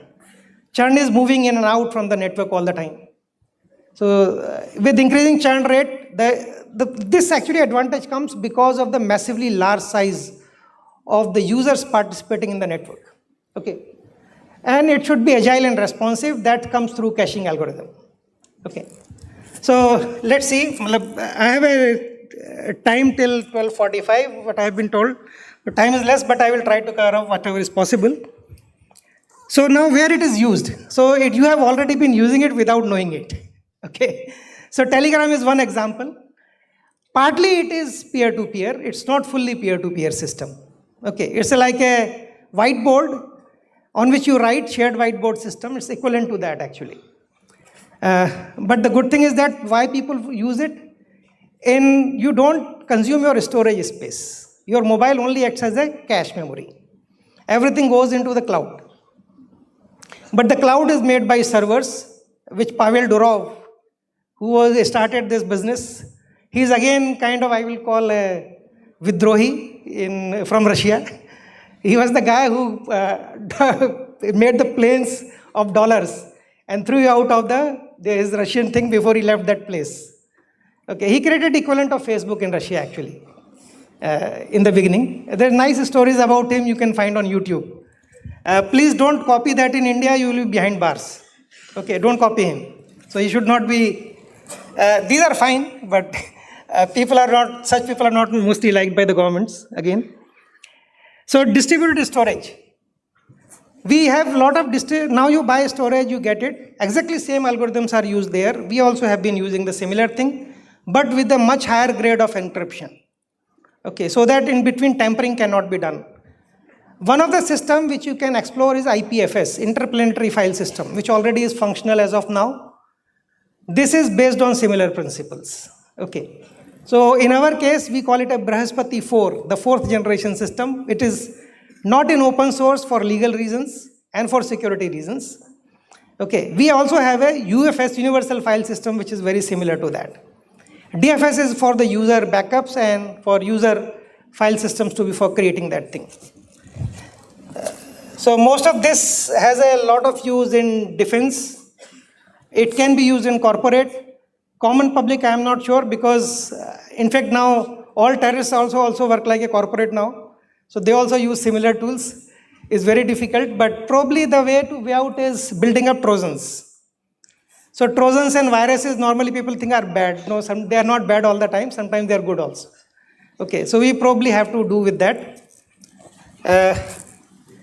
Then you have been doing blockchains. Blockchains, the underlying network is similar, but they use a broadcast routing as of now. All blockchain miners, whenever you form a block, this happens every 10 minutes, by the way, in Bitcoin system. Okay, so you create a 2 megabyte block, and this block has to be transferred to everybody who is in mining. Okay, and then everybody try to figure out something called a random sequence which will be inserted. So it will have certain specific characteristic of the checksum can be achieved. It has to be less than a certain value. It's called nonce. So nonce has to be randomly tried. It's a brute force. That's why the mining takes a lot of power. And once whoever gets successful, he announces to everybody by again broadcasting. The same thing can be done through a DFS system also. So underlying is also using the same thing. We have Tor. Tor underlying connection. Even if you are behind firewalls, then also you can connect with Tor. This also happens through a similar mechanism, but it's a more tricky thing to do because it is creating a circuit switch system by having multiple layers of encryption. So if you search on the net, you can find out a document which, there is no book which explains this, by the way. Either go through my lecture which is recorded on NPTEL on peer-to-peer networks, there you will find out how the Tor operates, or go to Tor's white paper, which is there on the website. By the way, the Tor was actually started by United States. The Department of Defense actually gave the funding to build it specifically. This was intentionally put it in public domain. It's a double-edged sword. That's what actually USA figured out later on. And this was made in open source. Basic idea was that their CIA agents will be using it to pump back the information without getting identified. But unfortunately, since it was in public domain, you can't say this guy is some volunteer or some normal student or some faculty or he's a CIA guy. So he can be anything. So they're kind of hiding the CIA people by putting it in public domain. But it became a problem. Edward Snowden actually has used it to pump back the information, a lot of hidden documents back in open domain through this Tor. Okay. We can do data mirroring. So you go to GitHub, there is a product called SyncThing. This is also based on similar technology. They use Kademlia. Kademlia is a routing protocol which is used in peer-to-peer systems. Okay. If you go to peer-to-peer SIP, SIP telephony is what we all use now. If you have a 4G phone, you most likely is using a SIP telephony. 4G or 5G networks, they are basically data networks. On top of it, the voice goes. It's a purely SIP-based system. In fact, if you are having a good phone, most likely Samsung or Apple, they have a built-in SIP client configuration. So you can run actually 2 numbers on SIM cards and 1 number as a SIP telephone number. BSNL, by the way, does provide this was providing the service because I bought it for by paying 1500 rupees, a third number running on my phone in an application. It was a SIP number. I have to have a login and ID password for that and connect to their server and authenticate. So it was a wonderful service. I don't know if it is still there or not there. But I think not many takers, people were not aware of this. So P2P SIP is also another option which has come now, which is also again based on same thing. So the idea is what you gain out of it is a massive scalability. And don't worry, I am not able to cover everything. There is a full course on this in English already on NPTEL. The full course in Hindi will be available from January onward. So registration is already going on. So currently I am recording those lectures in Hindi. Not pure Hindi, it's a bolchal ki bhasha, okay? Hindi Angrezi mixture. Okay. So it provides you massive scalability. The big thing is that more the people, the merrier it is, more the merrier. So it will become more resilient and far better if more people are there. If they're less, then it is not going to be that effective. Well, with very less, with 1,000 and plus, I think it's going to be a stable system. Okay. And it is green because I don't require data centers. So technically it's a data center killing technology. No more data centers will be required. Carbon footprint can be down. So as the users grow, resources also grow because their devices and resources are going to be pooled into the whole system. Okay. And cost is only for maintaining and distributing the user client code. We have been working on a B4, Brahaspati 4 is a shortcut for that, online marketplace system. So that's a product for Yarna.com which will be coming. It will be charging only 1,000 rupees to anybody who want to sell something on that. The buyers don't have to pay anything. We will be issuing a certificate. Okay, that's it. 1,000 rupees a year, and after that you can run a taxi service on that. You can buy and sell good like Amazon thing on that. And there are interesting protocols which have been used. So we are even looking for interns for building up this system. So if you are interested, please do get in touch with me. Okay, we will try to accommodate as much as possible with you guys to do it fast. Okay, we will be compensating you in some form in that case. So that's an open call. And resilience, in fact, cloud systems, that last part, where multiple servers, they can also be connected through peer-to-peer. That's what basically how the clouds operate.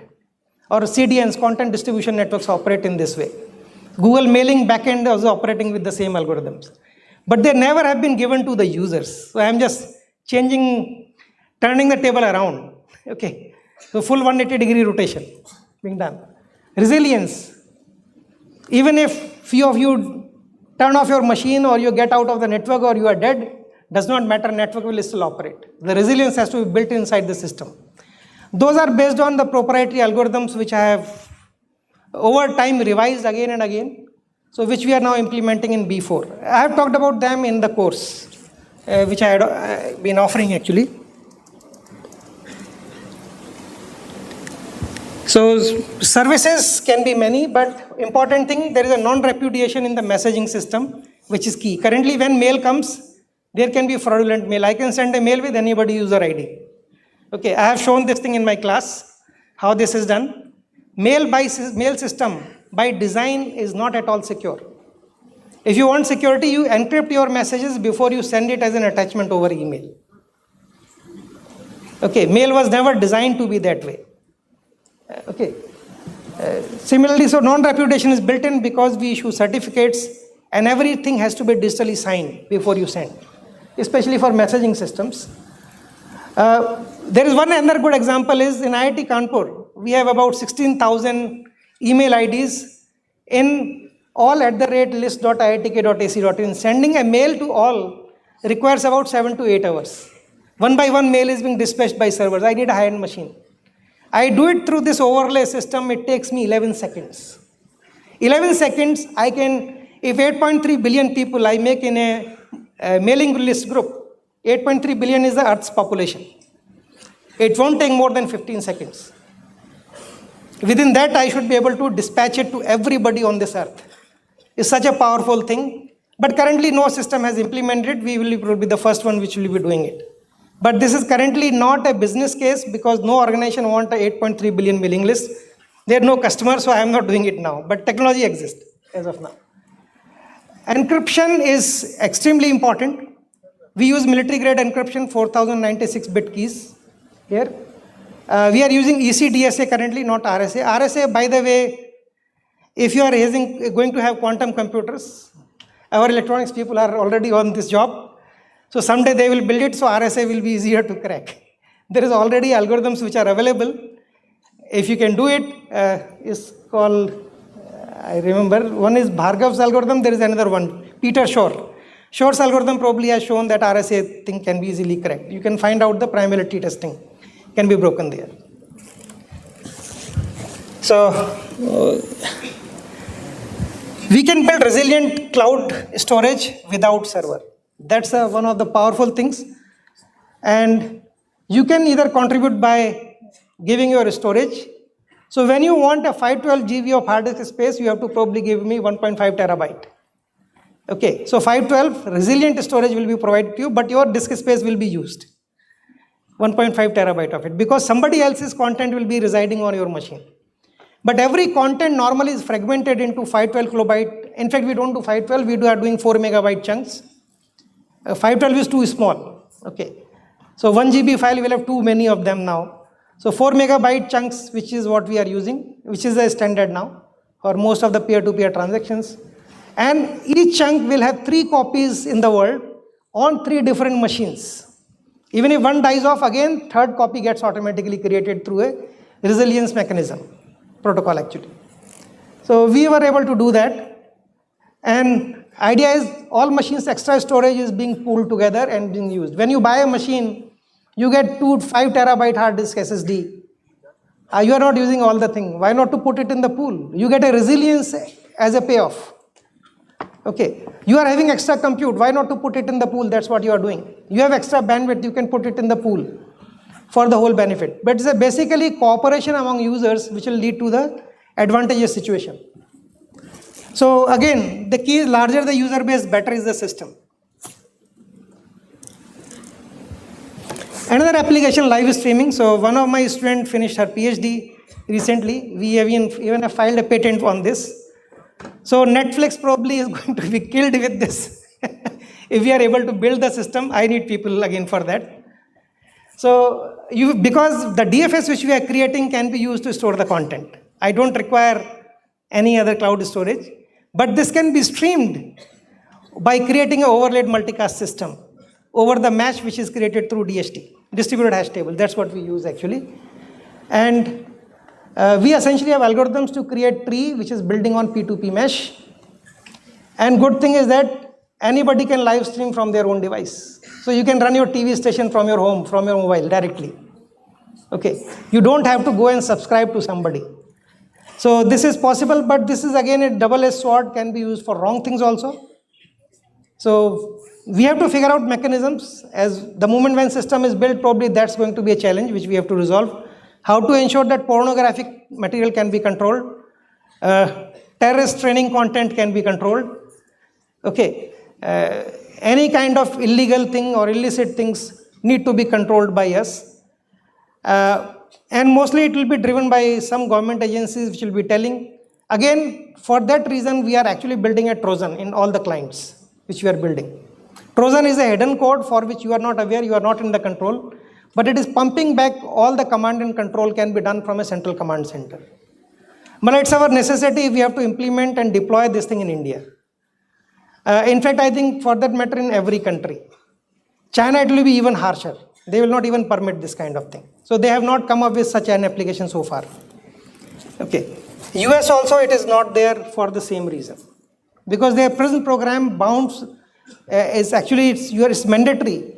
Every corporation or every company in US should provide the data to the prison program. Otherwise they can't survive, they will be just removed. Eliminated, it's not that you can't do the business, you are gone. You will be killed. Okay. India, fortunately, we are not killed so far. The video on demand service, like YouTube, that was live streaming, also can be done. And this is a very nice algorithm. What we do is, if a 60-minute video is there, we will chunk it into a block of 2 minutes. So we create different live streams. It's like a live streaming creation, earlier one. And we create 30 of them. So if you are trying to join a video on demand service, so whoever is joining within a 2-minute block, they all will be connecting to same stream. So I require only 30 streams for a 60-minute video. So it's not that everybody is trying to fetch and overloading the network. So we can actually improve the network efficiency to a very high level. But again, implementation is pending for this one.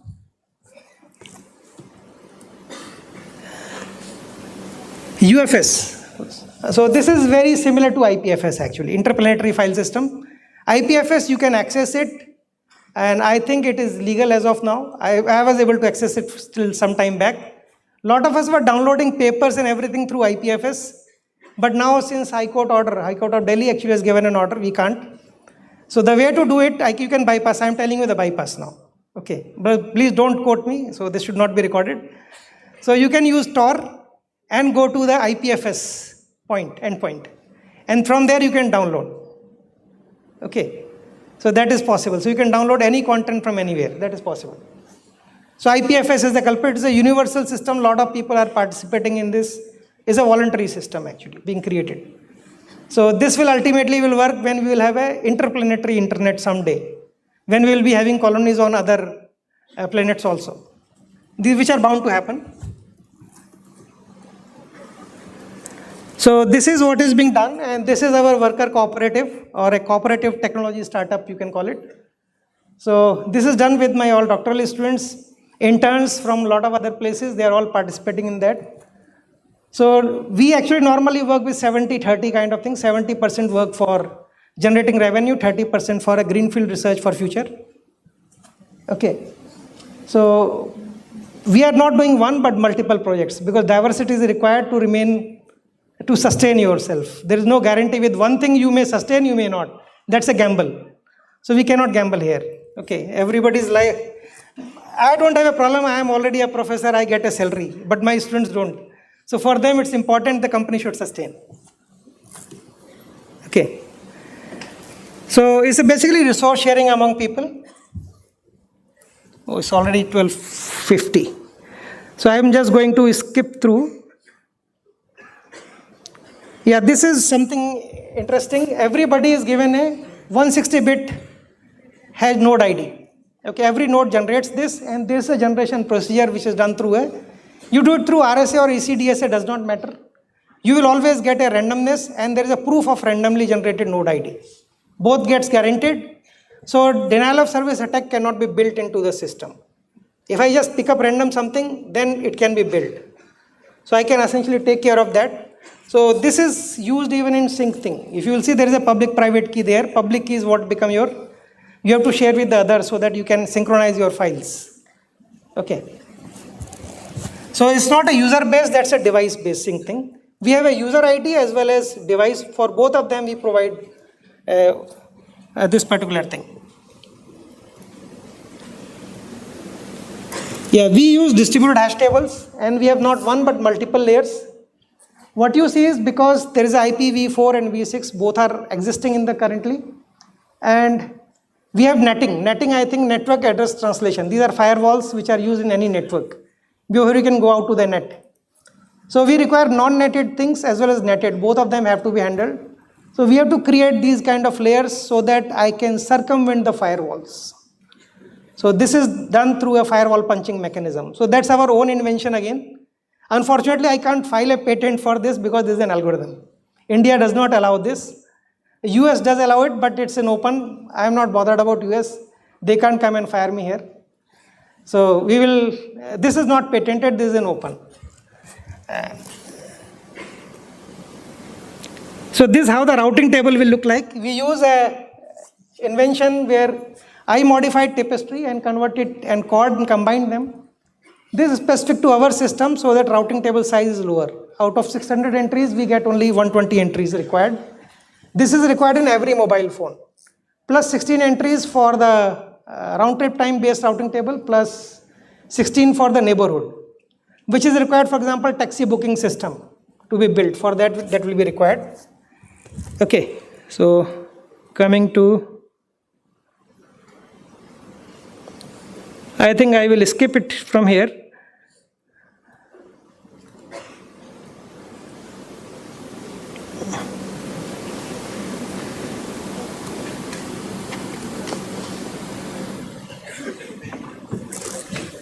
Oh, half of it is gone. So anyway, it's actually a massively scalable system. It's secure and it has built around repudiation. So I think I will close it here. If you have any questions, I will be willing to give the answers. Otherwise, I think we'll close because time is short. I have to go back for a meeting.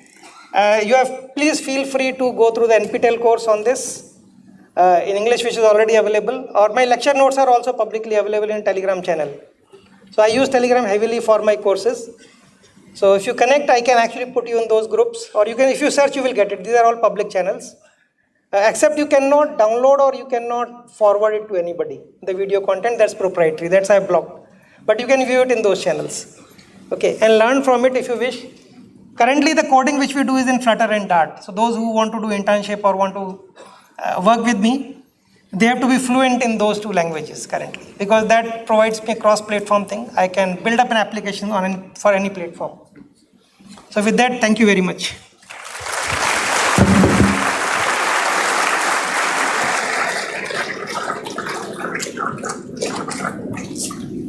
Yeah, any questions? So my name is Vayan Singh, and you can go and search on the net and connect with me if you want to come to my lab, because PSI does allow you to come to the labs and we are looking for people. So now they will permit. Earlier they were not permitting because we never pay in cash. So but now they will permit.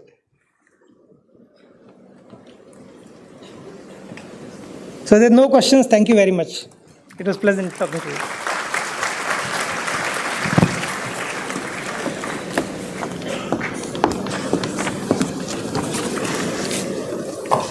Thank you so much, sir. We sincerely appreciate your thought-provoking speech.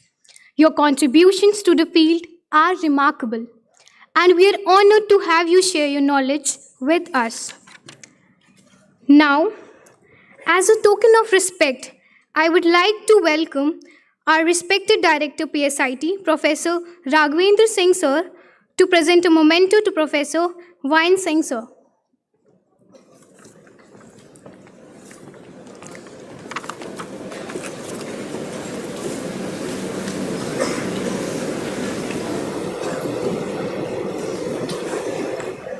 Everyone, please make a round of applause.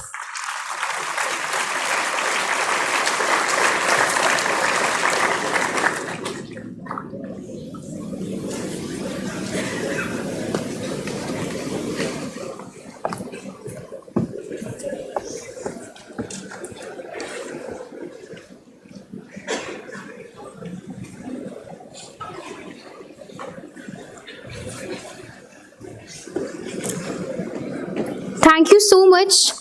Now I request the dignitaries and guests to please proceed further for the lunch. All the students are requested to be seated.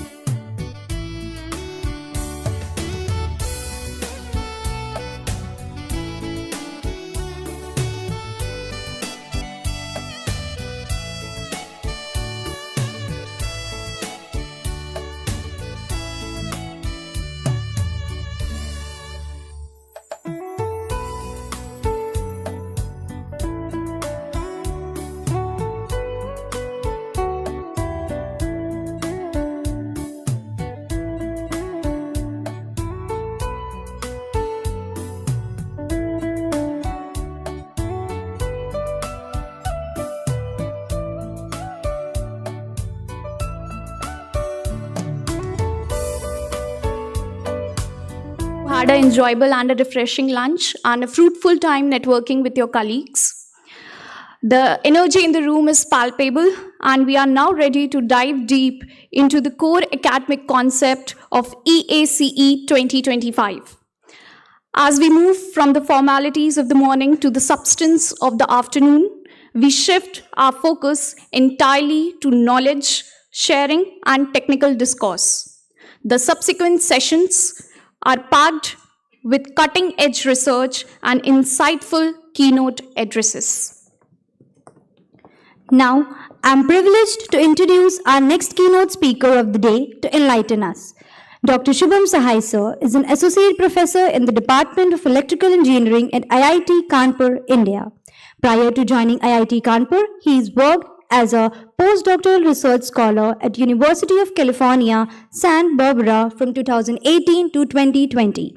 He received the BTech honors in electronics engineering with 4 gold medals and several cash prizes from the IIT PHU Varanasi in 2014, and the PhD degree in electrical engineering from IIT Delhi in 2018. He has authored a book on junctionless field effect transistors, design, modeling, and simulation, which is published by the Valley IEEE Press. He has also published several peer-reviewed articles on topics including semiconductor device and modeling, neuromorphic computing, and hardware security primitives utilizing emerging non-volatile memories. He is the recipient of the IEEE EDS Early Career Award 2023.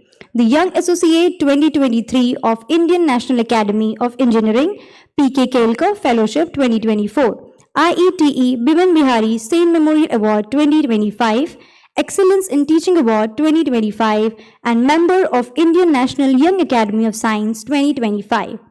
He is guest editor for IEEE Journal of the Electron Devices Society and editor of IETE Technical Review and review editor for Frontiers in Neuroscience, Neuromorphic Engineering, and Frontiers in Electronics, Integrated Circuits, and VLSI. He is a senior member of IEEE and also the chair of IEEE EDS UP section. He also prepared in the list of golden reviewers for IEEE transactions on electron devices and IEEE electron device letters from 2016 to 2024. His present research interests include hardware neuromorphic computing platforms, hardware security primitives, novel device architectures for sub-10 nm regime, analytical and compact modeling of semiconductor devices, and non-volatile memories and spintronics. Now, I would like to invite Sir on the stage to share some invaluable insights with us.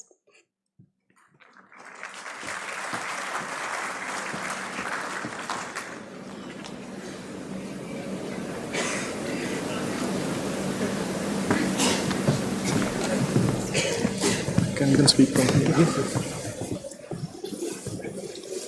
It's not visible there.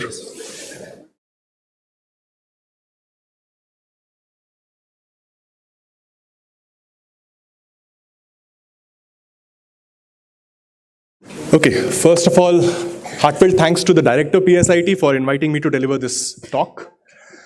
And I have been given a very difficult slot actually. After such a sumptuous lunch, it's very difficult to keep you all awake and also keep myself awake, right? So it's a very difficult slot, but I'll try my level best to keep everyone awake and give some insights into this new field which has been emerging, which is called the neuromorphic computing or the brain-inspired computing.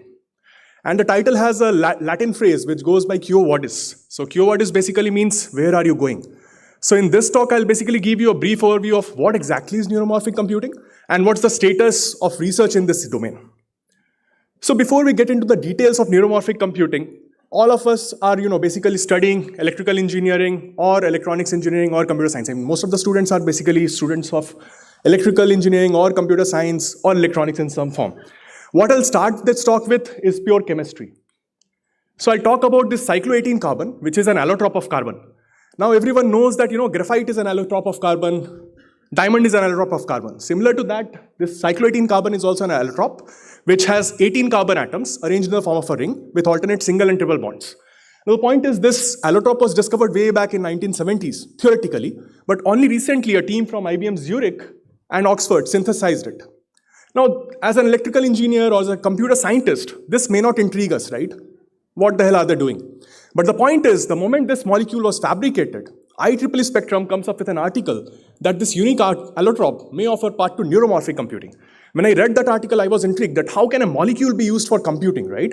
When I looked at it, what they were saying that in the future, it may be possible for these atoms to work like neurons of the brain and for these atomic bonds to act like the synapses.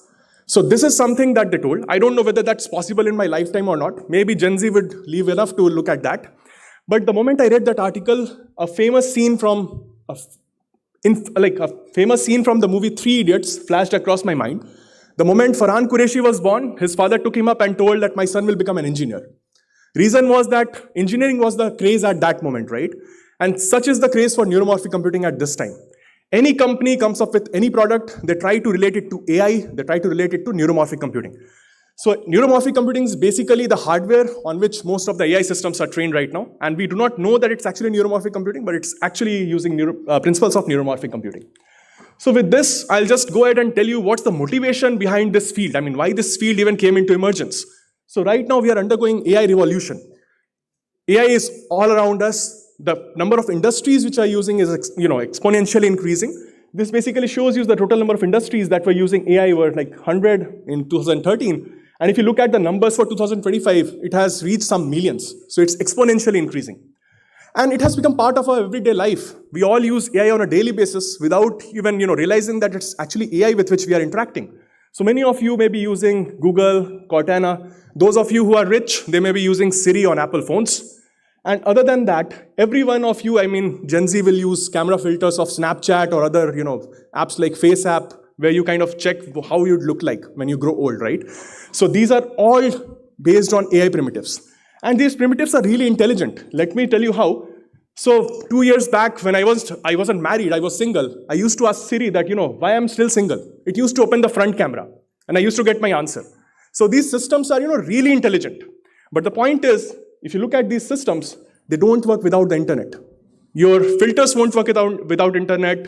Your Alexa won't work without internet. So what is exactly the big deal? Why these systems cannot work without internet? So the point is, still the processing is done on the clouds and not on your mobile phones or smart devices or smartwatches. So basically these smartwatches or smart devices are the platforms through which your instruction goes to the cloud for processing. It's processed on the servers located in Google's office or Amazon's office. And after processing, the data is sent back to your smart device. And that is how you get the output, right? So let's look at some of the neural network primitives. I'll talk about a simple neural network primitive here, which is a classifier. I don't know how many of you are aware about the classifier, but those of you who have done a basic 101 course on neural networks, they'll know that this classifier is a neural network which actually takes in some images at the input and tells you what family that image belongs to, right? So in any of the classifier, you have these nodes which are called neurons, and then you have these connections between the neurons which are called synapses or the weights, right? So this is basically structure of any of the neural network that you will take. Now the point is, what's the basic operation that's happening inside these neural networks? So if you look at them closely, the basic operation is the vector by matrix multiplication. So what essentially is a vector by matrix multiplication? So you have these input vectors, and these are multiplied by the synaptic weights. So essentially, before sending this information to the next layer of neurons, the neuron basically first performs the vector matrix multiplication, summation of xi times wi, that is the basic operation which happens. And then this neuron basically applies a thresholding function, a non-linear function to this activation, and sends it to the next layer of neuron. So regardless of the neural network that you're talking about, the basic operation is the vector matrix multiplication. Now the point is, why do we need a new kind of computing paradigm, a new kind of hardware, when our GPUs and CPUs have been working well for last 20 years or so? We have been training neural networks on GPUs without any big deal. So why do we need a new hardware suddenly? So the point is, here what I'm showing is different very well-known neural networks and the amount of operations that are required to classify one image into its corresponding family. So to recognize that I am a human, let's say we talk about VGG16, which is a common CNN or ResNet, they require at least 30 giga operations, which is 3 into 10 power 10 operations. So 3 into 10 power 10 vector by matrix multiplication just to tell that I am a human. You can imagine how computationally intensive these systems are. And the size of these circles, they basically tell you what's the amount of memory that you require.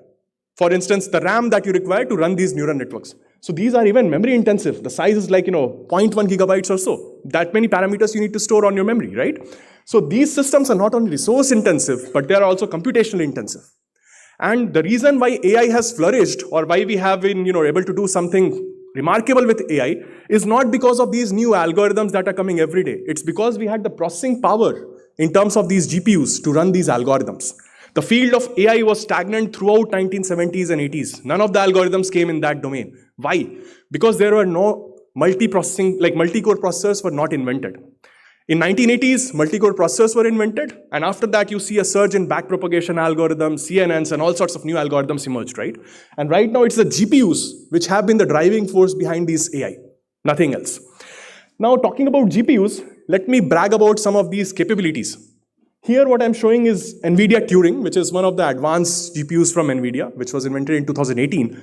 Now let me brag about its capability that it can perform 8.1 tera MAC operations per second. Now what is a MAC? MAC is multiply accumulate, which is same as vector by matrix multiplication, the basic operation in a neural network.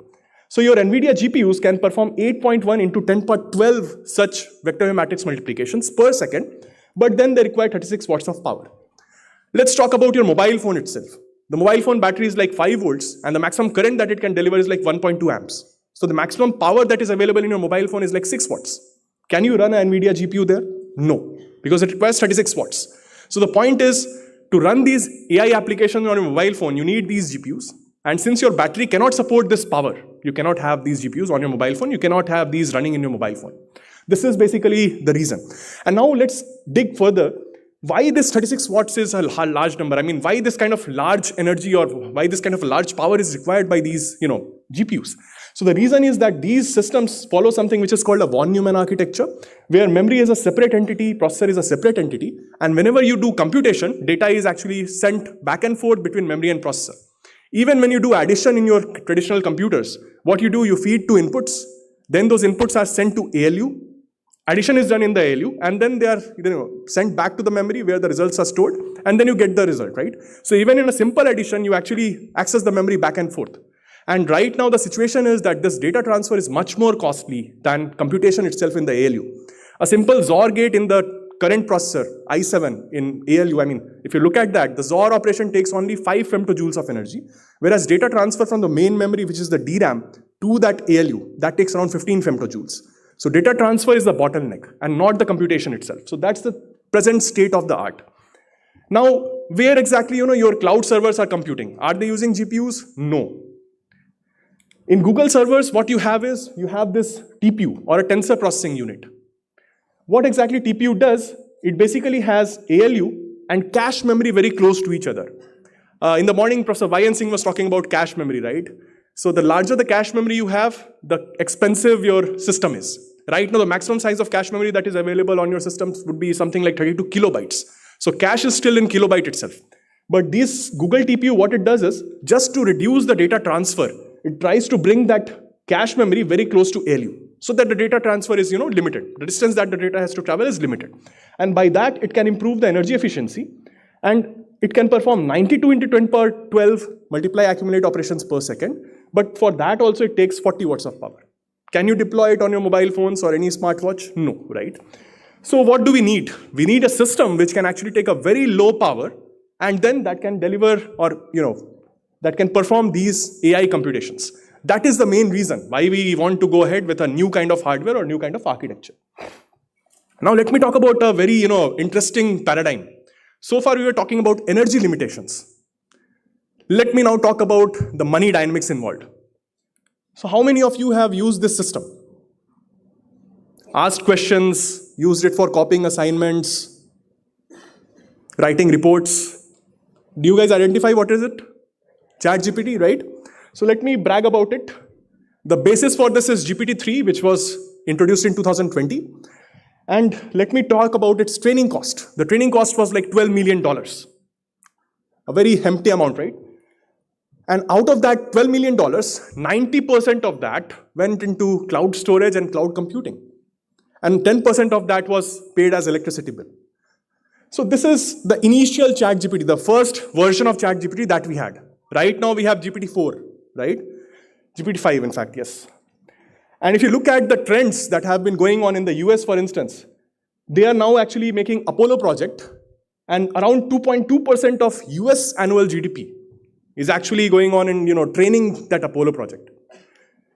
If you talk about very large language models which have, I would say, exceeded capabilities of even Apollo, soon you will hit a regime when the entire US GDP won't be enough to train a neural network. So from energy limited computing, we are now transcending into a domain which is actually called economics limited computing. So we don't only need hardware which are I would say energy efficient. We also need hardware which is cost efficient. So this is one factor which people often do not talk about, that even economics is something which will limit AI training after 2026 or so. And as I told you, what we need at the end of the day is energy efficient processing engines which are even cost effective. Okay, so whenever industries kind of get into a problem, they look to academia, that okay, academia will give some solutions. So when people were stuck with these TPUs and GPUs, they reached out to academia, MIT and all, got a lot of projects for that. And several of these digital inference application specific ICs were developed. Let me talk about some of them. So there was this sticker which was for CNN. I mean, it could do image processing very well. And these are digital application specific ICs. They use a lot of tricks like, real-time voltage scaling and using sparsity of the neural networks to kind of improve the energy efficiency beyond what we have for Google TPU. If you look at the energy efficiency numbers, so for TPU, it's like 0.43 into 10 per 12 operations per watt of energy, per watt of power that it has. But if you look at, sticker or LNPU or others, they are like performing an order of magnitude or at least 2 order of magnitudes higher as compared to, Google's TPU. But the problem with them is they are still not flexible. Now, what I mean by not flexible, they are still application-specific ICs. So this was made for CNN. If you want to do speech processing with that, it will be inefficient. And at the end of the day, what do you want as a user? We want a mobile phone that can, process images, that can process videos, that can process speech, do all sorts of things for you. So you want at the end of the day a general purpose accelerator, not something which is for only CNN or ANN or something, right? So these do not have any flexibility. And for that reason, people started looking at, what kind of computing hardware is energy efficient and at the same time it's general purpose. And the best kind of answer that they got was by looking at their body itself, the human brain. So if you look at the energy efficiency of human brain, it's like 10 power 6 tera operations per watt, which is like 6 orders of magnitude higher than the best machine that we have for cloud processing, right? So none of these machines are actually able to reach that level of efficiency that we can see from this table. But one more thing that people realized was that no matter what neural network you take, vector matrix multiplication is the common operation. If you can accelerate VMM somehow, then you can accelerate all the neural networks. You can make a general purpose accelerator. So with that in mind, let me introduce this topic, which is neuromorphic computing or brain-inspired computing. So human brain is very different from your CPUs or GPUs. In CPUs, we talk about RAM, we talk about processors, right? We talk about two different entities. Processor is i7, RAM is like 16 GB, 32 GB. But in human brain, processing and memory are same place at the same time. How? Let's talk about this example itself. You guys are listening to me right now. You are able to process it in real time. And some part of it hopefully will also be retained in your brain, right? So in human brain, memory and processing happens at the same place at the same time. It's unlike the traditional CPUs where processor is different and memory is different. Data has to be sent back and forth. So in our human brain, data is not sent back and forth. It is processed where it is stored. What's the processing unit in our brain? It's a neuron. We have like 100 billion neurons, and each of the neuron is connected to nearby 1,000 to 10,000 neurons with the help of synapses. So that makes 100 trillion synapses occupying 2 liters of space, less than this Sprite bottle that we have. And what amazes me most about the human brain is that for an entire day's of work, or the power that it requires is only 20 watts, less than the LED, less than any LED would consume. So human brain does everything so efficiently in real time just by taking 20 watts of power. Can you imagine? What amazes me even more is that, typically we talk about electron transport, right? When we have a mechanical switch, what happens? You turn on the mechanical switch, the light bulbs, like the bulb lights up immediately. We say that electron has traveled with a speed of light and it has made all the difference. But in a human brain, the transport is not with electrons. It's with the help of ions, calcium ions, magnesium ions. They kind of flow through a process which is called diffusion. Process itself is very slow. And if you talk about the operating frequency of the human brain, it's only 1 kilohertz. Your CPUs work at 4.1 kilohertz to 4.5 kilohertz, but your brain operates at only 1 kilohertz. 6 orders of magnitude lower frequency, but despite that, it's doing everything so much beautiful in the real time. So the point that I want to make here is, with inherently slow processes, brain is able to do everything so much efficiently. What exactly is neuromorphic computing? So neuromorphic, there are many definitions of neuromorphic which are floating in the market. Real definition is, in neuromorphic computing, we basically take inspiration from how brain performs a specific application. For instance, how brain does vision, how olfactory response is being processed in the brain, how essentially hearing is being enabled by the brain. We look at how essentially the neurons and synapses fire, and then we try to emulate that on a chip using our knowledge of nanotechnology, VLSI, neuroscience, and so on. So that is what neuromorphic is. Now let me talk about Tianzik chip. So this is not a scene from a sci-fi movie. You can see a bicycle which can balance on its own. It can follow your voice commands, and it will even chase you if you ask it to. And this is a scene from Peking University in China. This bicycle was fitted with several sensors and 4 neuromorphic ICs. What were those 4 neuromorphic ICs doing? So there were specific ICs doing convolutional neural network for image processing. Then one was for continuous attractor neural network for human target tracking, which you can see right now. Then there was a processor for SNN. Spiking neural networks are the most biorealistic form of neural networks, right? Because in our brain, it's the spikes which carry information. The temporal information is encoded in the form of spikes and not in the form of amplitudes or current values. So traditional computing is very different from the computation in the brain. SNN was being used here for voice command recognition. Speech recognition is one of the best possible cases for SNN.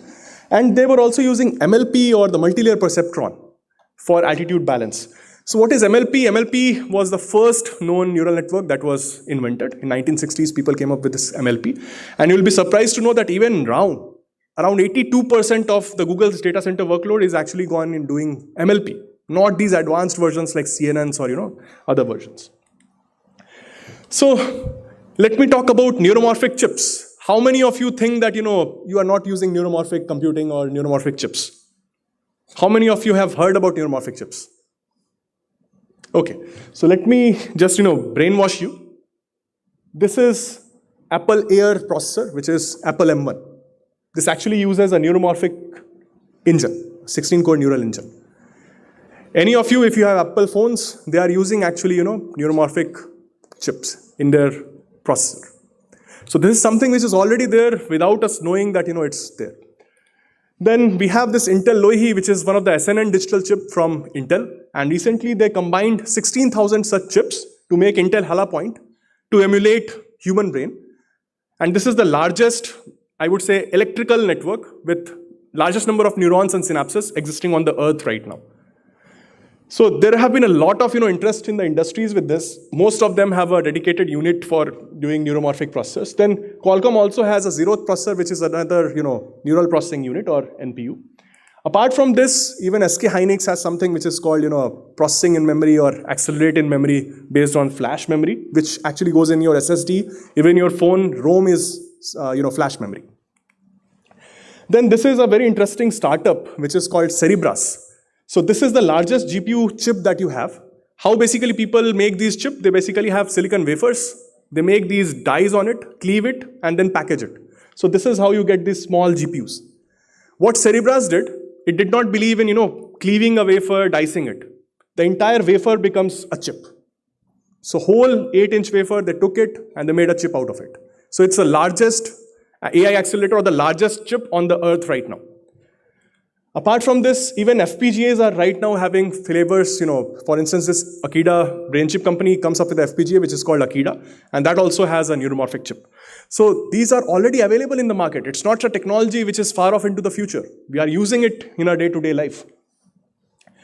Now let's talk about this vector matrix multiplication. I mean, this VMM is something which is the most common operation in all the neural networks.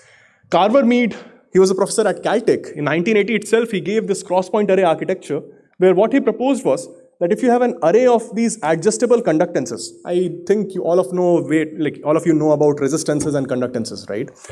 So essentially, these are rows and columns, and in between rows and columns, they fitted these adjustable conductances. It's like a potentiometer where you can change, the conductance value or the resistance value, something of that sort. And what he told was that if you encode inputs of the neural network as the voltages applied to these rows, and if you encode the weights of the neural network as these adjustable conductances, then essentially what happens, physical laws such as Ohm's law and Kirchhoff's law, they take care of the vector matrix multiplication. How? So if you talk about Ohm's law, if the voltage is applied here, what's the current that will flow through here? V by R or V times G? V is the voltage which is input, G is your conductance, which is the weight. So essentially the current that flows is input times the weight, right? And Kirchhoff's law ensures that all these currents get summed up along this column. So essentially the current along that column is your vector matrix multiplication value. So this was his theory, very, very precise and I would say very elementary theory. But this kind of, brought a lot of interest in neuromorphic computing. How? So essentially it is similar to our human brain. How? Your weights are stored here, conductances are here, and even processing is done here itself. You are not sending it to any ALU for processing. Weights are stored here, you are processing it here itself. So it's a non-mononomial architecture or something which is very similar to your human brain. But the problem was, although conceptualized in the late 1980s, it did not come into production or it did not gain significant attention. Why? Because such two-terminal conductances, where you can change the conductance and the conductance would retain its weight for some time, those were not available at that time. 2008, what happened? My postdoc supervisor, when he was actually doing postdoc at HP Labs, he came up with this missing element called memristor. So all of you may be knowing about three basic elements, right? Resistor, inductor, and capacitor. There's a fourth fundamental element which is called a memristor. And it was for the first time that memristors were developed in 2008. And these memristors have a property that their conductance can be tuned and their conductance can retain its value for up to 10 years, what is essentially required for any neuromorphic engines or architecture like this. So with this, started this field of, analog VMM, or I would say analog computing, neuromorphic accelerators. But then the problem was this architecture, people only thought about this Ohm's law and Kirchhoff's law. They did not think about something which is very important. At the end of the day, a computer doesn't understand voltage or current. A computer understands only numbers, digital numbers, to be very precise. So to convert a number into voltage, you need something which is called a digital to analog converter, a DAC at each of these rows. The current has to be converted to voltage along this column, and then it has to be fed to a ADC or analog to digital converter to convert it back into a number. So essentially, computer understands only numbers, and to make this architecture compatible with the computers, you had to use DAC at each of these rows and TIA and ADC at each of these columns. Those of you who have actually taken circuits courses, you'll know that these DACs and TIAs and ADCs, they are very bulky elements. They consume a lot of energy and they are occupying a large area. So the point is, this portion of the chip is very efficient. It can perform vector matrix multiplication very efficiently.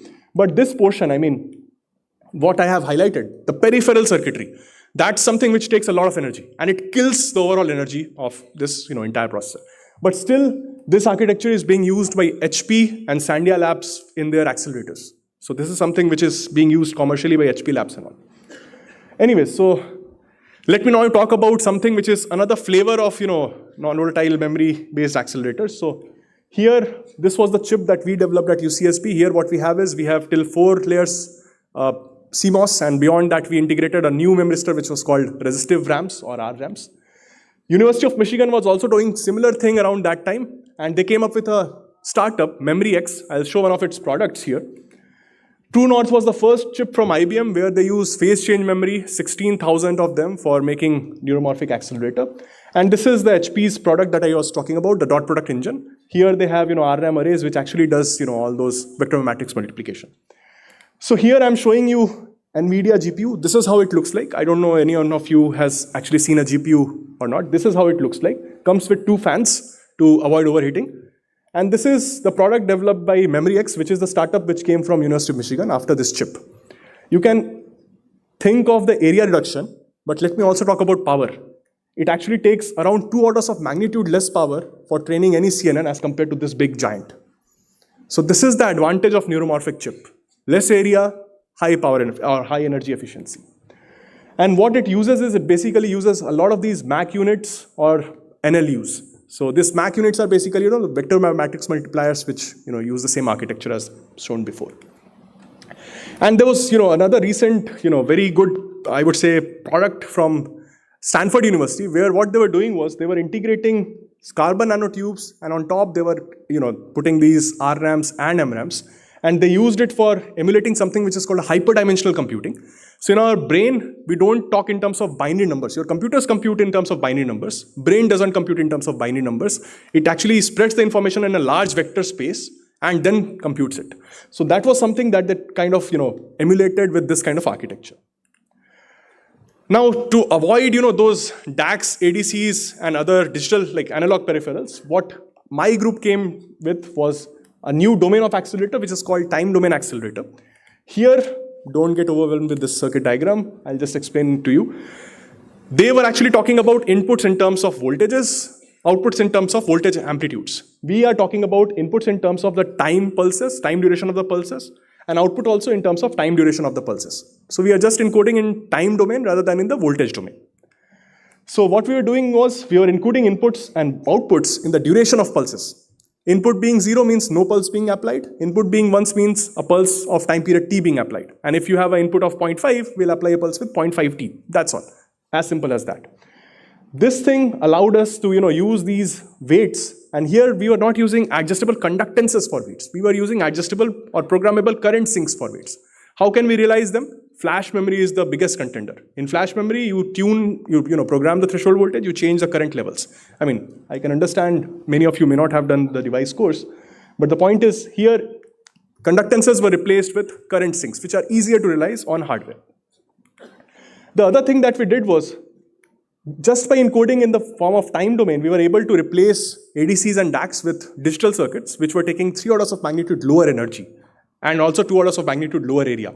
So we were able to realize the true potential of vector matrix multipliers just by doing this innovation. And also here the neuron block becomes a simple SR latch. Some of you, if you know SR latch, you'll know that it's a very simple circuitry, 2 NAND gates only. So how vector matrix multiplication is performed here? So what we have here is we have a column capacitor, and these are programmable current sinks. So essentially what happens, first we precharge this column capacitor to a voltage which is called V reset, which is shown here, and then we start applying the inputs. So the moment input is applied, it turns on these programmable current sinks for the duration which is proportional to the input duration. So once these current sinks are turned on, they will sink some charges, right? They will sink charges through this load capacitor, so the load capacitor voltage decreases. Now, by how much will the voltage decrease? So what is the charge that that is lost by this load capacitor? It's summation of the current times the time period for which it is turned on, right? Q is equals to I times T. So essentially the charge which is lost by this load capacitor is summation of I times T, I representing the weight and T representing your input. So the charge lost by the load capacitor is essentially multiplication of current times the time or input times the weight, and which encodes your vector matrix multiplication value. Now, how can we realize this programmable current sink? We had several options. First, we started with 2D flash memories, which are there in your microprocessors or microcontrollers. But the area was large, so we came up with 1T, 1R with Philips. So this was a 1T, 1RM based cells that we kind of came up with Philips. Then we also developed a ferroelectric memory based solution. These are just tech words. You can search for ferroelectric FETs or RRAMs or MRAMs later. These are emerging memories, and mostly you will find their commercial production in next year or so. The real breakthrough came when we were able to map this algorithm to commercial 3D NAND flash memory. Now, what's a 3D NAND flash? Your USBs use 3D NAND flash, your memory cards use 3D NAND flash, your cloud storage is 3D NAND now, and even your laptops have SSDs, which is 3D NAND. Mobiles have ROM, which is 3D NAND. So that's memory which is present in almost all the computing systems. So if something can perform computing with them, then that would be a game changer. And that is what happened. Samsung and Micron came to us with grants that, okay, please estimate, performance for our 3D NAND. So when we are doing this work, there was no kind of, mode through which we could explore the performance of these 3D NAND flash memories. So we came up with the first compact model for a 3D NAND flash memory. And this is still the only compact model which has been developed for 3D NAND flash memory as such. We also came up with models for ferroelectric FETs. These all have been done in our group at IIT Kanpur. And they have been in very much demand by the industry. I mean, these compact models are in demand from the industries. And if you benchmark our solution compared to, the HP chip, Sandia's chip, or even Google's TPU, you'll find out that, in terms of energy efficiency, compared to 0.43 teraops per joule, we show an energy efficiency which is like 6 orders of magnitude higher as compared to them. So these chips that we have developed, they perform better than Google's TPU by around 6 orders of magnitude. We're not talking about 5x, 6x, or 10x. We are talking about 6 orders of magnitude.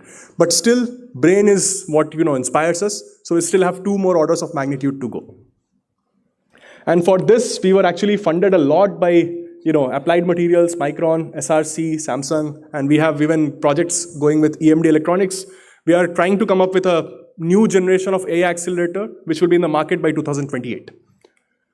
Anyways, apart from this, my group also takes in new algorithms that are coming in the AI domain and makes dedicated accelerators for them, dedicated engines on which they can run. For instance, I'll show you a simple example.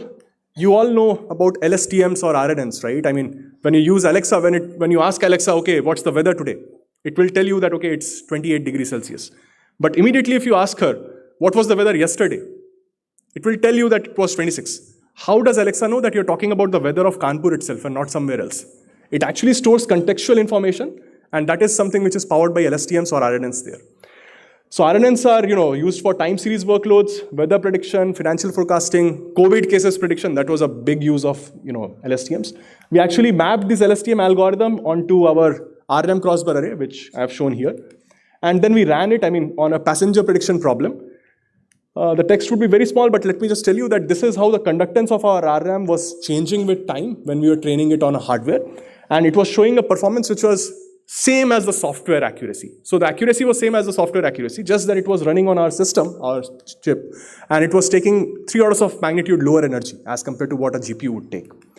After that, we looked at this generative adversarial network. GANs have been at the cusp of next revolution. You can make fake videos, deep fakes and all using GANs.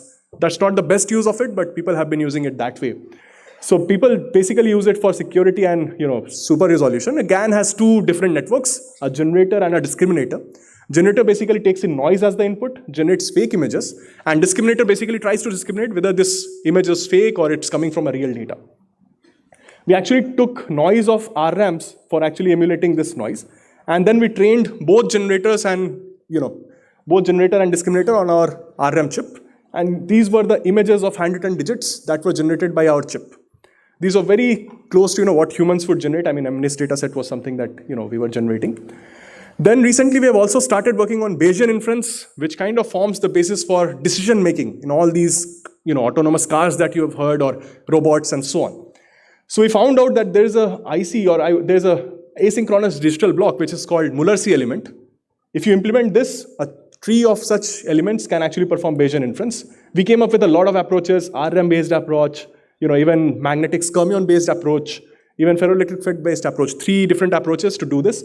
And then we applied it for spam filtering and for disease detection. These are the samples from breast cancer cells. And we found out that, our Bayesian inference system can identify, based on the cell morphology, it can identify whether the cell is benign or malignant. And it can do that with probability equal to the theoretical probability that one can calculate, and at the energy which is like 3 orders of magnitude lower as compared to traditional computing systems. So I would not take further time. I have already exceeded, I guess. So to conclude, this field is evolving rapidly, and it has got something for everyone.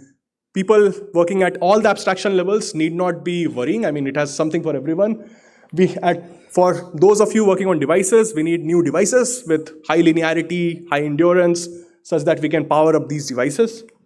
We need circuits which can use these devices and make use of it for very high energy efficient designs. Then we need architectures which can use these circuits, combine them, and then kind of do a powerful vector matrix multiplication. And we also need algorithms for hardware friendly design. So far, whatever neural network algorithms are proposed, they do not care about what kind of hardware consumption will be there. But with the advent of these limitations in terms of economics and in terms of energy, people have now actually started giving proper care for even the hardware design. What's the problem with this field? So if you talk about MNIST, the accuracy will be something close to 95%. If you talk to any computer scientist that, I am getting 95% on MNIST, they'll say that's shit. People from computer science, they want 99.8% accuracy on MNIST. Then only they'll say that, okay, your classifier is good. So right now, the accuracy that we are getting, because of hardware imperfections, that's not very good. That's not very close to what you'd get in software, but that is where the challenge lies in this field. And what's the target? The target is to match the energy efficiency of the human brain, which is like exaflops. So I would like to acknowledge my research group. I mean, I'm not the one who did all these works. I cannot do it. It's inhuman for me to do it. These are the people who did all this work. I mean, my students. We have a fairly large group. Around 30 students are there right now. And we also have a very good collaboration with, big giants in terms of academic institutions or, even the companies. And there are multiple open positions for motivated students. If you want to join our group for masters, for PhD, or anything, please contact me. I'll be more than happy to support you. And last but not the least, if I don't acknowledge them, they'll stop funding for my research. I won't be able to do anything. So thanks to my funders, Semiconductor Research Corporation USA, ANRF India, C3I Hub, EMD Electronics USA, DST, who have been supporting my research so far with almost a grant of 12 crores or something. So thanks to them. And in terms of research facilities in my group, we have a state-of-the-art measurement setup where you can actually come up with your memory arrays and characterize them without introducing, switching leakage. So this is the kind of experimental setup that we have. Apart from this experimental setup, we have our own GPU. Apart from our HPC, we have our own in-house GPU in the lab. And we have all sorts of, softwares in terms of, circuit simulators or device simulators that you will need for carrying out any research in the domain of microelectronics and VLSI. So with this, thank you so much for boggling your neurons and synapses during the talk. Any question, feedback, or suggestion would be highly appreciated. Thank you so much.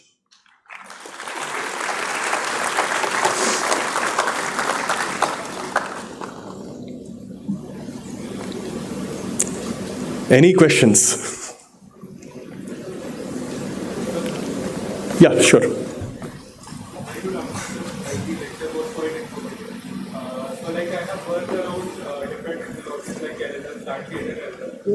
So as we go around, the vector embedding multiplication, the matrix multiplication goes on, and it just takes a very hefty computing power. Sure. So, what exact, if we are talking about the neuromorphic, what exact motivation are we taking from a human? What exact motivation are we taking from the human neuron to satisfy these matrix multiplication things? Because according to my knowledge, a human brain can't just matrix multiply these hefty hefty numbers, like these hefty matrices. True. So what exact motivation are we taking from the human neuron? Yeah. Nice question. So when you talk about LLMs, there are two parts of it, right? One is the attention network and the other is the VMM. There are two major computational heavy loads, if you talk about. So first we talked about VMM, right? So what kind of inspiration we are taking from the brain? Brain does computation where the data is stored. Brain cannot perform, vector matrix multiplication. It has a different way of operating. It works in terms of spikes, and not even the amplitude of spike or the duration of the spike. Those are fixed. What it works on is the temporal encoding. The temporal difference, or I would say the time at which the spikes come, that actually encodes information in the brain. So we are not saying that brain will actually do VMM better than these traditional systems. No. But in brain, what happens, where your data is stored, there itself the computation is being performed. And that is precisely we have been doing. So our data is stored in a memory, which is RAM or flash or anything else, which typically is being used even in your laptops or mobile phones. And we are actually performing computation there itself. So the co-location of the memory and processor is something that we are copying directly from the brain. So that's something which is neuromorphic there. Yeah. Not essentially the whole process of VMM. Yeah, sure. Hope that helps. Yeah.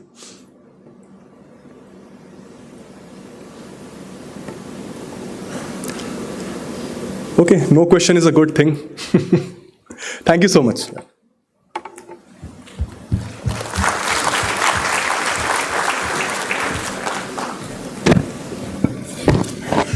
We extend our heartfelt gratitude for gifting us with your invaluable insights, sir. Your talk on leveraging emerging non-volatile memory devices for neuromorphic processing engines was enlightening and thought-provoking.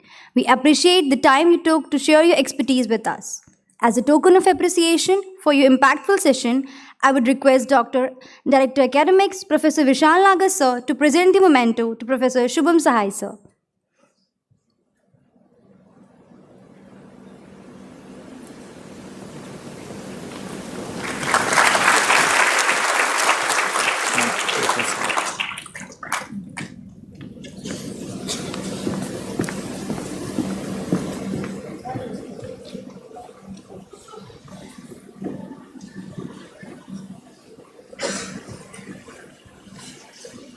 चलो तुम बोल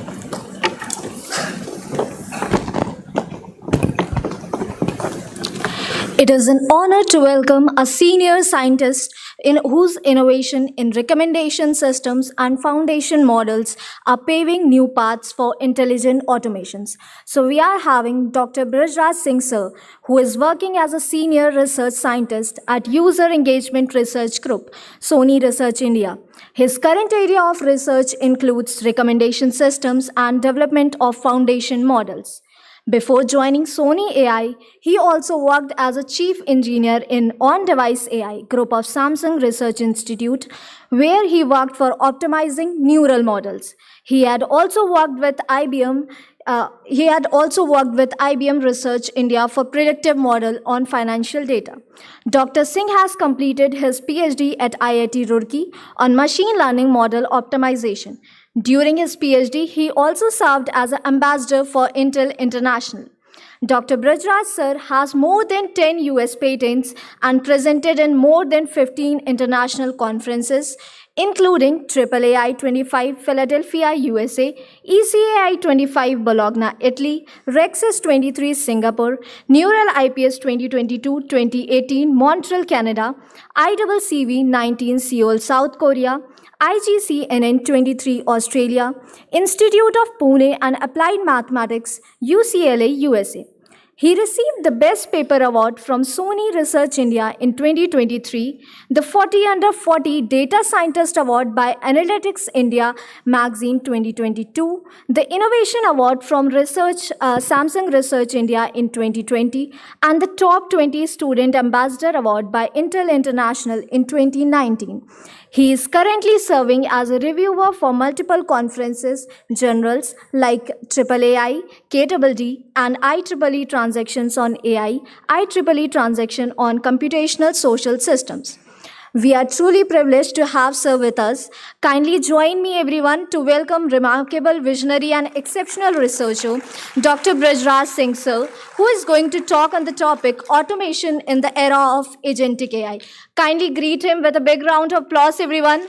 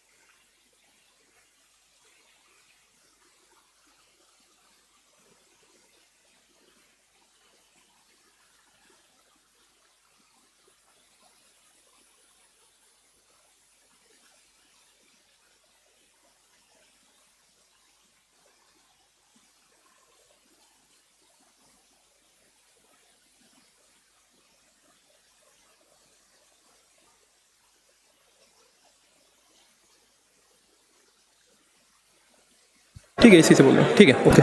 pointer चाहिए? हाँ, pointer. 1 minute लेकिन आप इस पे USB नहीं होगा। USB है?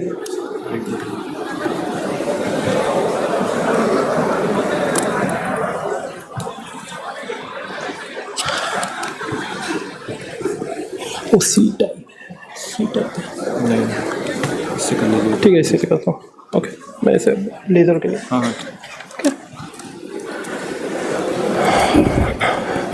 Thank you so much for having me here, and thank you for your patience. So after that very intensive hardware-related talk, and that was a really awesome lecture, and for that sake, it has really uplifted the benchmark for me. I'll try my best to stand on your expectations.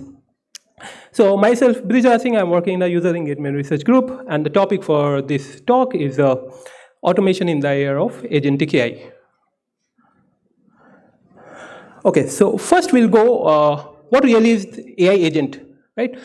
So there are two kind of definitions which are existing. One is, which is very conventional definition that says that agent is anything that can perceive the environment through sensors, that can work upon the environment through actuators, right? So it has been the conventional definition.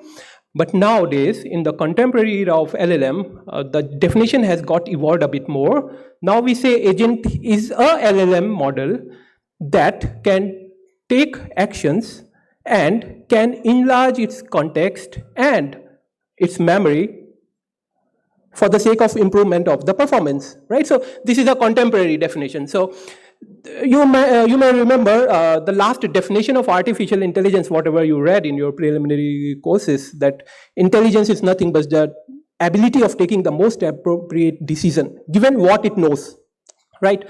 So who is actually taking the decision and who is actually performing the action? So it is more like an application of artificial intelligence that comes in terms of AI agent, okay?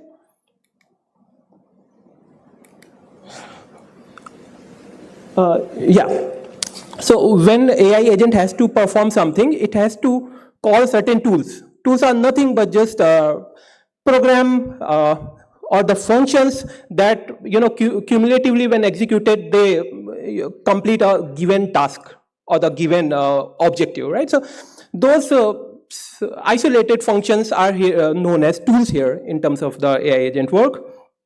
So for example, if you are developing an agent for something like a recommendation system, then a recommendation model could be one of your tool, right? Along with that, database could be the another tool. The vector store where you store the representation, that could be another tool, right? Similarly, when you are implementing kind of a system that may need accessing the internet, then you would need a Google search API. That will be known as one another tool. So similarly, the parsers, PDF readers, these all are the tools. Now you may relate, tools are nothing just an application or just an small functions that is fulfilling the overall objective of the work. Similarly, when you are working with the cloud system, so cloud API could be one another tool. Similarly, if you are making an agent that needs to send the mail and then needs to send the WhatsApp messages to somebody, then you need a particular API who can call your Gmail, who can call your WhatsApp message. So that will be one another tool, right? Similarly, text can be converted to speech, speech can be converted to text. In the context of AI agent, now you can see that even this kind of ability can be enabled. So in general, what is the architecture for the LLM agent? So as the definition I have initially given, that LLM agent is nothing but the LLM model that can access to multiple tools in order to extend their memory or the context, right? So here you can see these are the LLM model that is having access to Python tools. Python tool is something that is giving the interface to the external world, and external world may have the data set, it may have some other APIs as the tools we have seen recently. Right, so you interact with the LLM model with the prompt. Prompt is nothing but the query that you write on your chat GPT, for example. Right, so that is a prompt. LLM takes the prompt into account. At the back end, it calls multiple tools. It calls multiple data set and gives reply to you. Right, so you may be wondering that, for example, I'm saying you to use a maybe Gemini certain model, let's say Gemini 2.0. So Gemini would have received the training up to maybe 2023, 2024 years, and you are now asking what is happening in Kanpur today? What is the key event happening in the Kanpur today, right? So, but still it is able to give you the answer. So if you think like how can it give the answer where the training data was limited up to year 2022? So because it is having the access to the external tool, and external tool is actually nothing but Google Search API. So it is actually extracting data from the Google Search API, accumulating it, crafting it in a proper sentential form, and giving a reply back to you. So this is how LLMs are keeping them relevant even in the context of like state of the art, let's say news.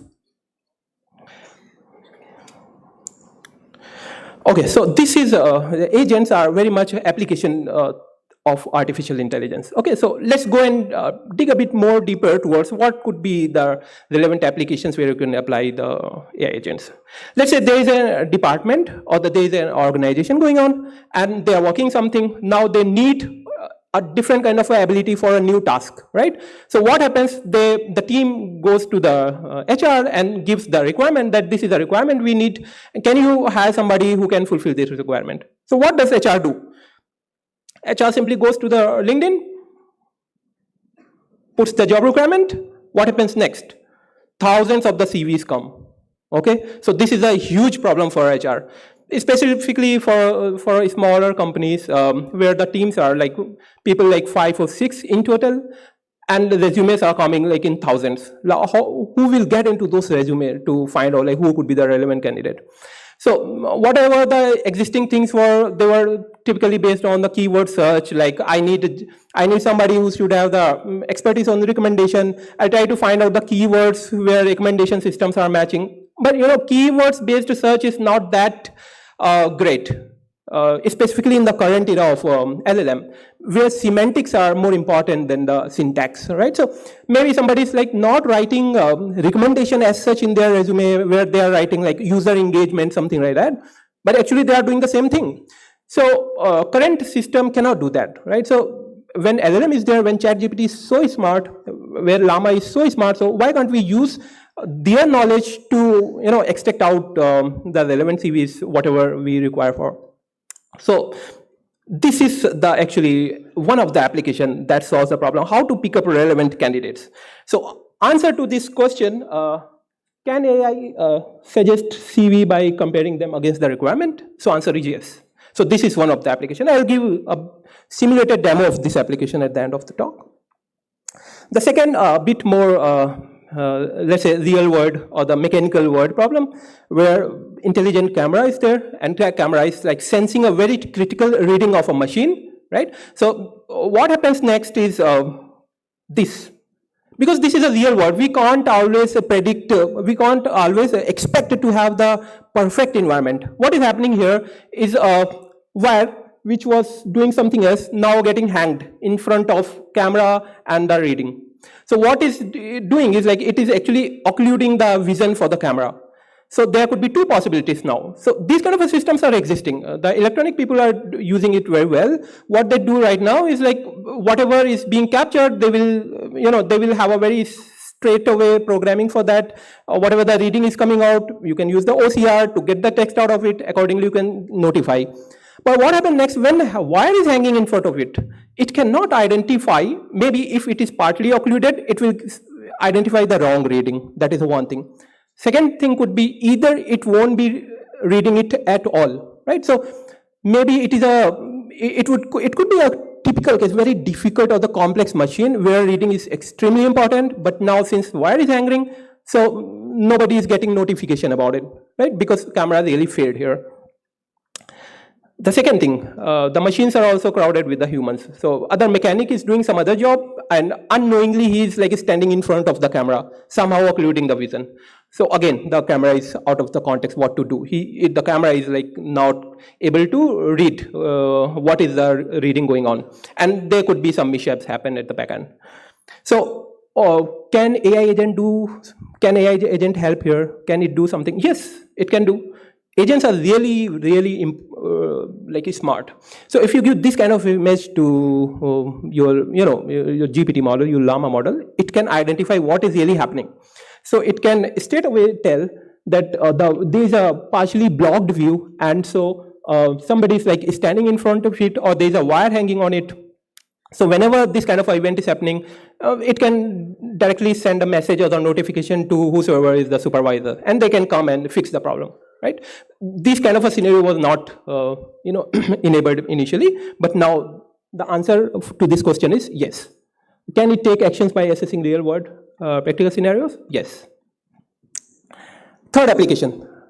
Let's say you are interacting with the OTT platform, like Netflix, like Sony Live, it could be Hotstar, whatever it could be. So what recommendations work here is like they used to track down your previous activity onto the platform. It tries to identify your trait. It tries to identify your preferences, long-term preferences and the short-term preferences. On the basis of those preferences, it tries to prepare a tray for you. And this is how you get one tray named as recommended for you, because you watch something, because you watched this particular movie, so these other movies are having the similarity. So these kind of recommendations driven trays are being prepared as of now. What could be next? This is very intuitive. This could be next. What is that? You are coming up with overwhelming emotions. You are extremely happy, right? Now, because this is a new habit the humans are showing, that they are interacting more and more with the machines. People are found talking to the chat GPT, talking with the Gemini, Alexa, etc. So the companies are also thinking, if everybody is like so much interested in talking with the devices, why can't we give something to them? So what is that? They have given this feature, that is AI agent-based chat. Whatever the overwhelming emotions you are at right now, you can express it to the platform. You say that I'm feeling very happy today, or I'm feeling very depressed today. Can you recommend me something to watch?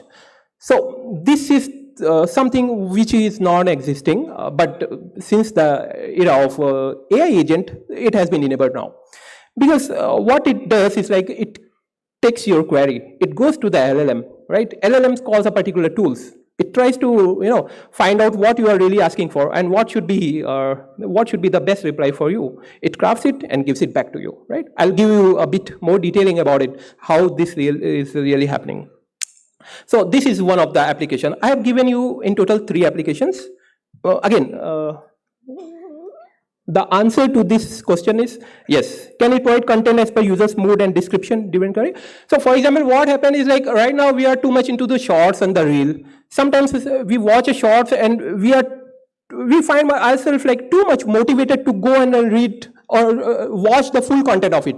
We don't know which movie it is, which show it is, but that looks very interesting to me.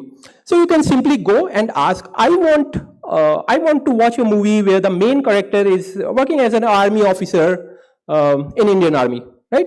That kind of a query you can ask, and system is now capable to give you the correct recommendations of the movies, right? So this is a new capability now to the OTT platforms. So this was more about the application side. Now I'll give a bit of a detailing about how do you implement that, okay? So you implement it with the help of LangChain or the LangGraph. You might have heard of it. This is the buzzword nowadays.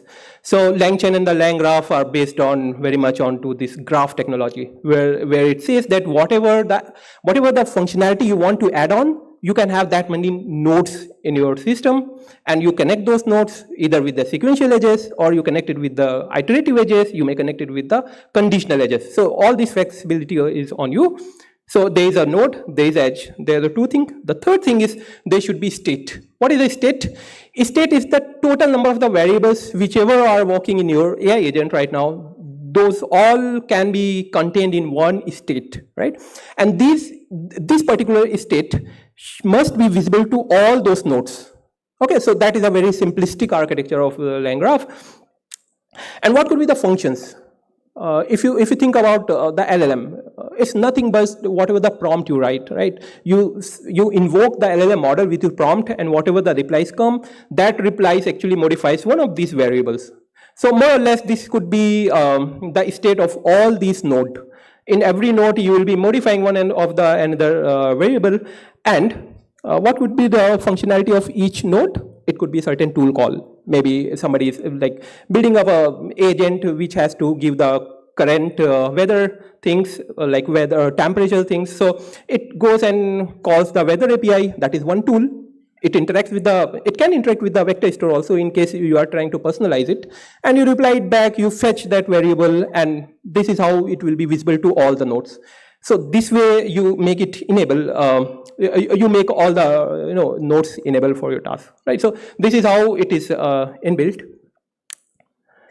So the important thing which is coming up right now is like how really the tool works. What is a tool call? Okay, I'm giving a bit more example here. Suppose you are at the OTT platform and you are user number 4, right? And you are saying that,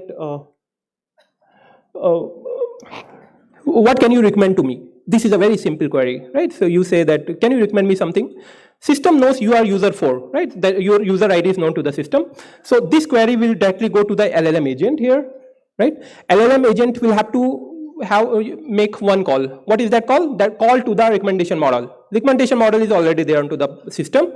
It make a call to the recommendation model and asks this, do you have something to recommend to that guy? So he said, yeah, I've seen his long-term and the short-term preferences. I have seen entire history of him. I can recommend him. What can it recommend? It can come up with 3 movies like movie ID 43, 56, 32, right? So this is how one tool call will reply back the certain things to the LLM agent, and simply LLM agent will reply back. So this is one of the very primitive kind of a functionality where no more description is given to the user. It's just the 3 movies, right? So it's an example of single tool call.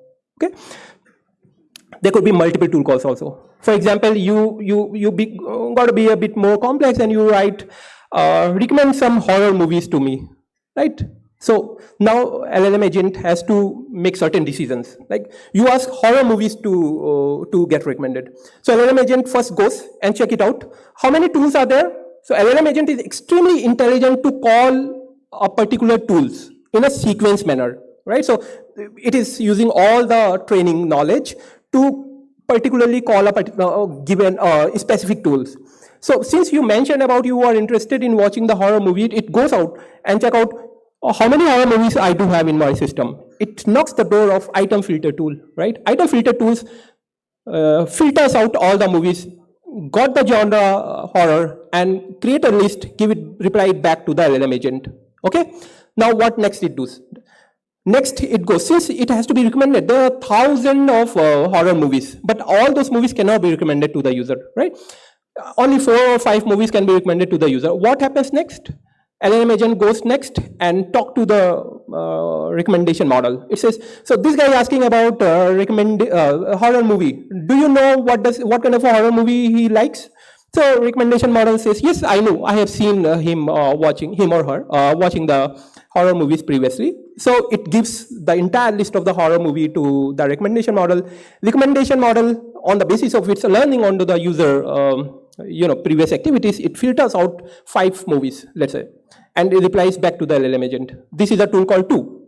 In third tool call, what LLM does, LLM agent goes on to bring out more metadata of those 5 movies, right? Because user may go one step ahead and ask like, why did you recommend that movie to me?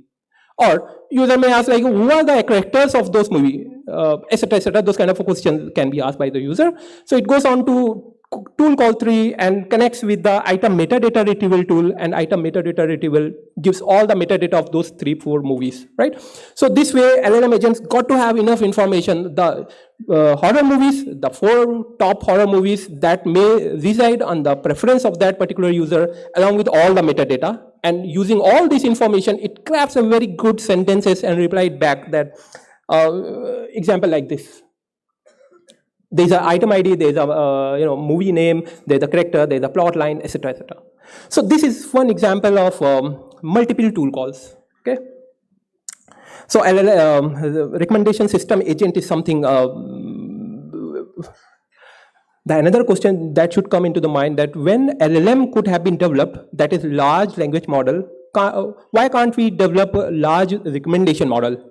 So can't we train everything from scratch? We can do so, but it's a very, very costly affair, right? So $1 million will be spent to train one model, right? So So this kind of a problem is being solved by this Lexis agent. It is doing somewhat similar performances with certain limitations for sure, but most of the things can be done. For example, this hallucination is one of the problem I have mentioned here, that it would have a lesser hallucination because of having very much controlled structure, where LLM agent is only given limitation, independence of calling the tool calls, right? So that way, many problems which are in general exist are being overcome in case of agents. What is the backend of this agent? LLMs, no doubt about that. And the LLMs are of two kinds, open source and the closed source. Open source are those which you can freely access, like Llama models from Meta AI. They are giving all those their models.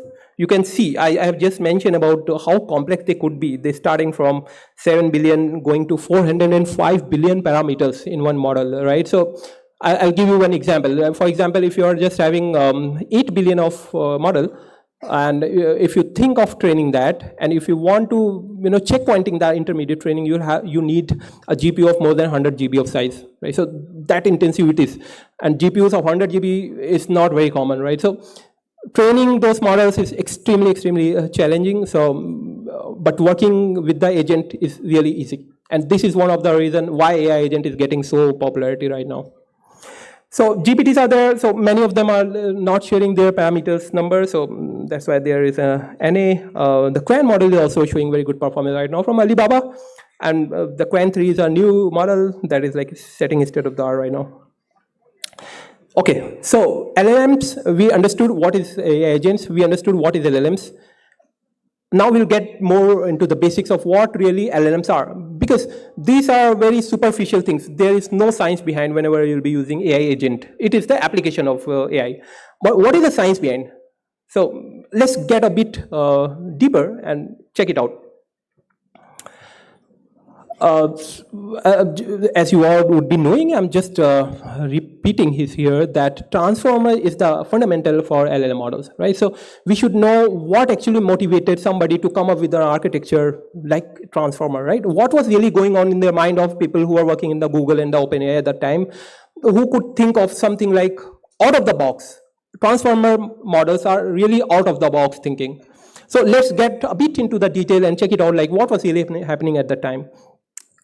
So this was the year of around 2014, right? Machine translation was at their peak, right? At that time, people started thinking about the machine translation. They want to give one language as an input, want to get another language as the output, right?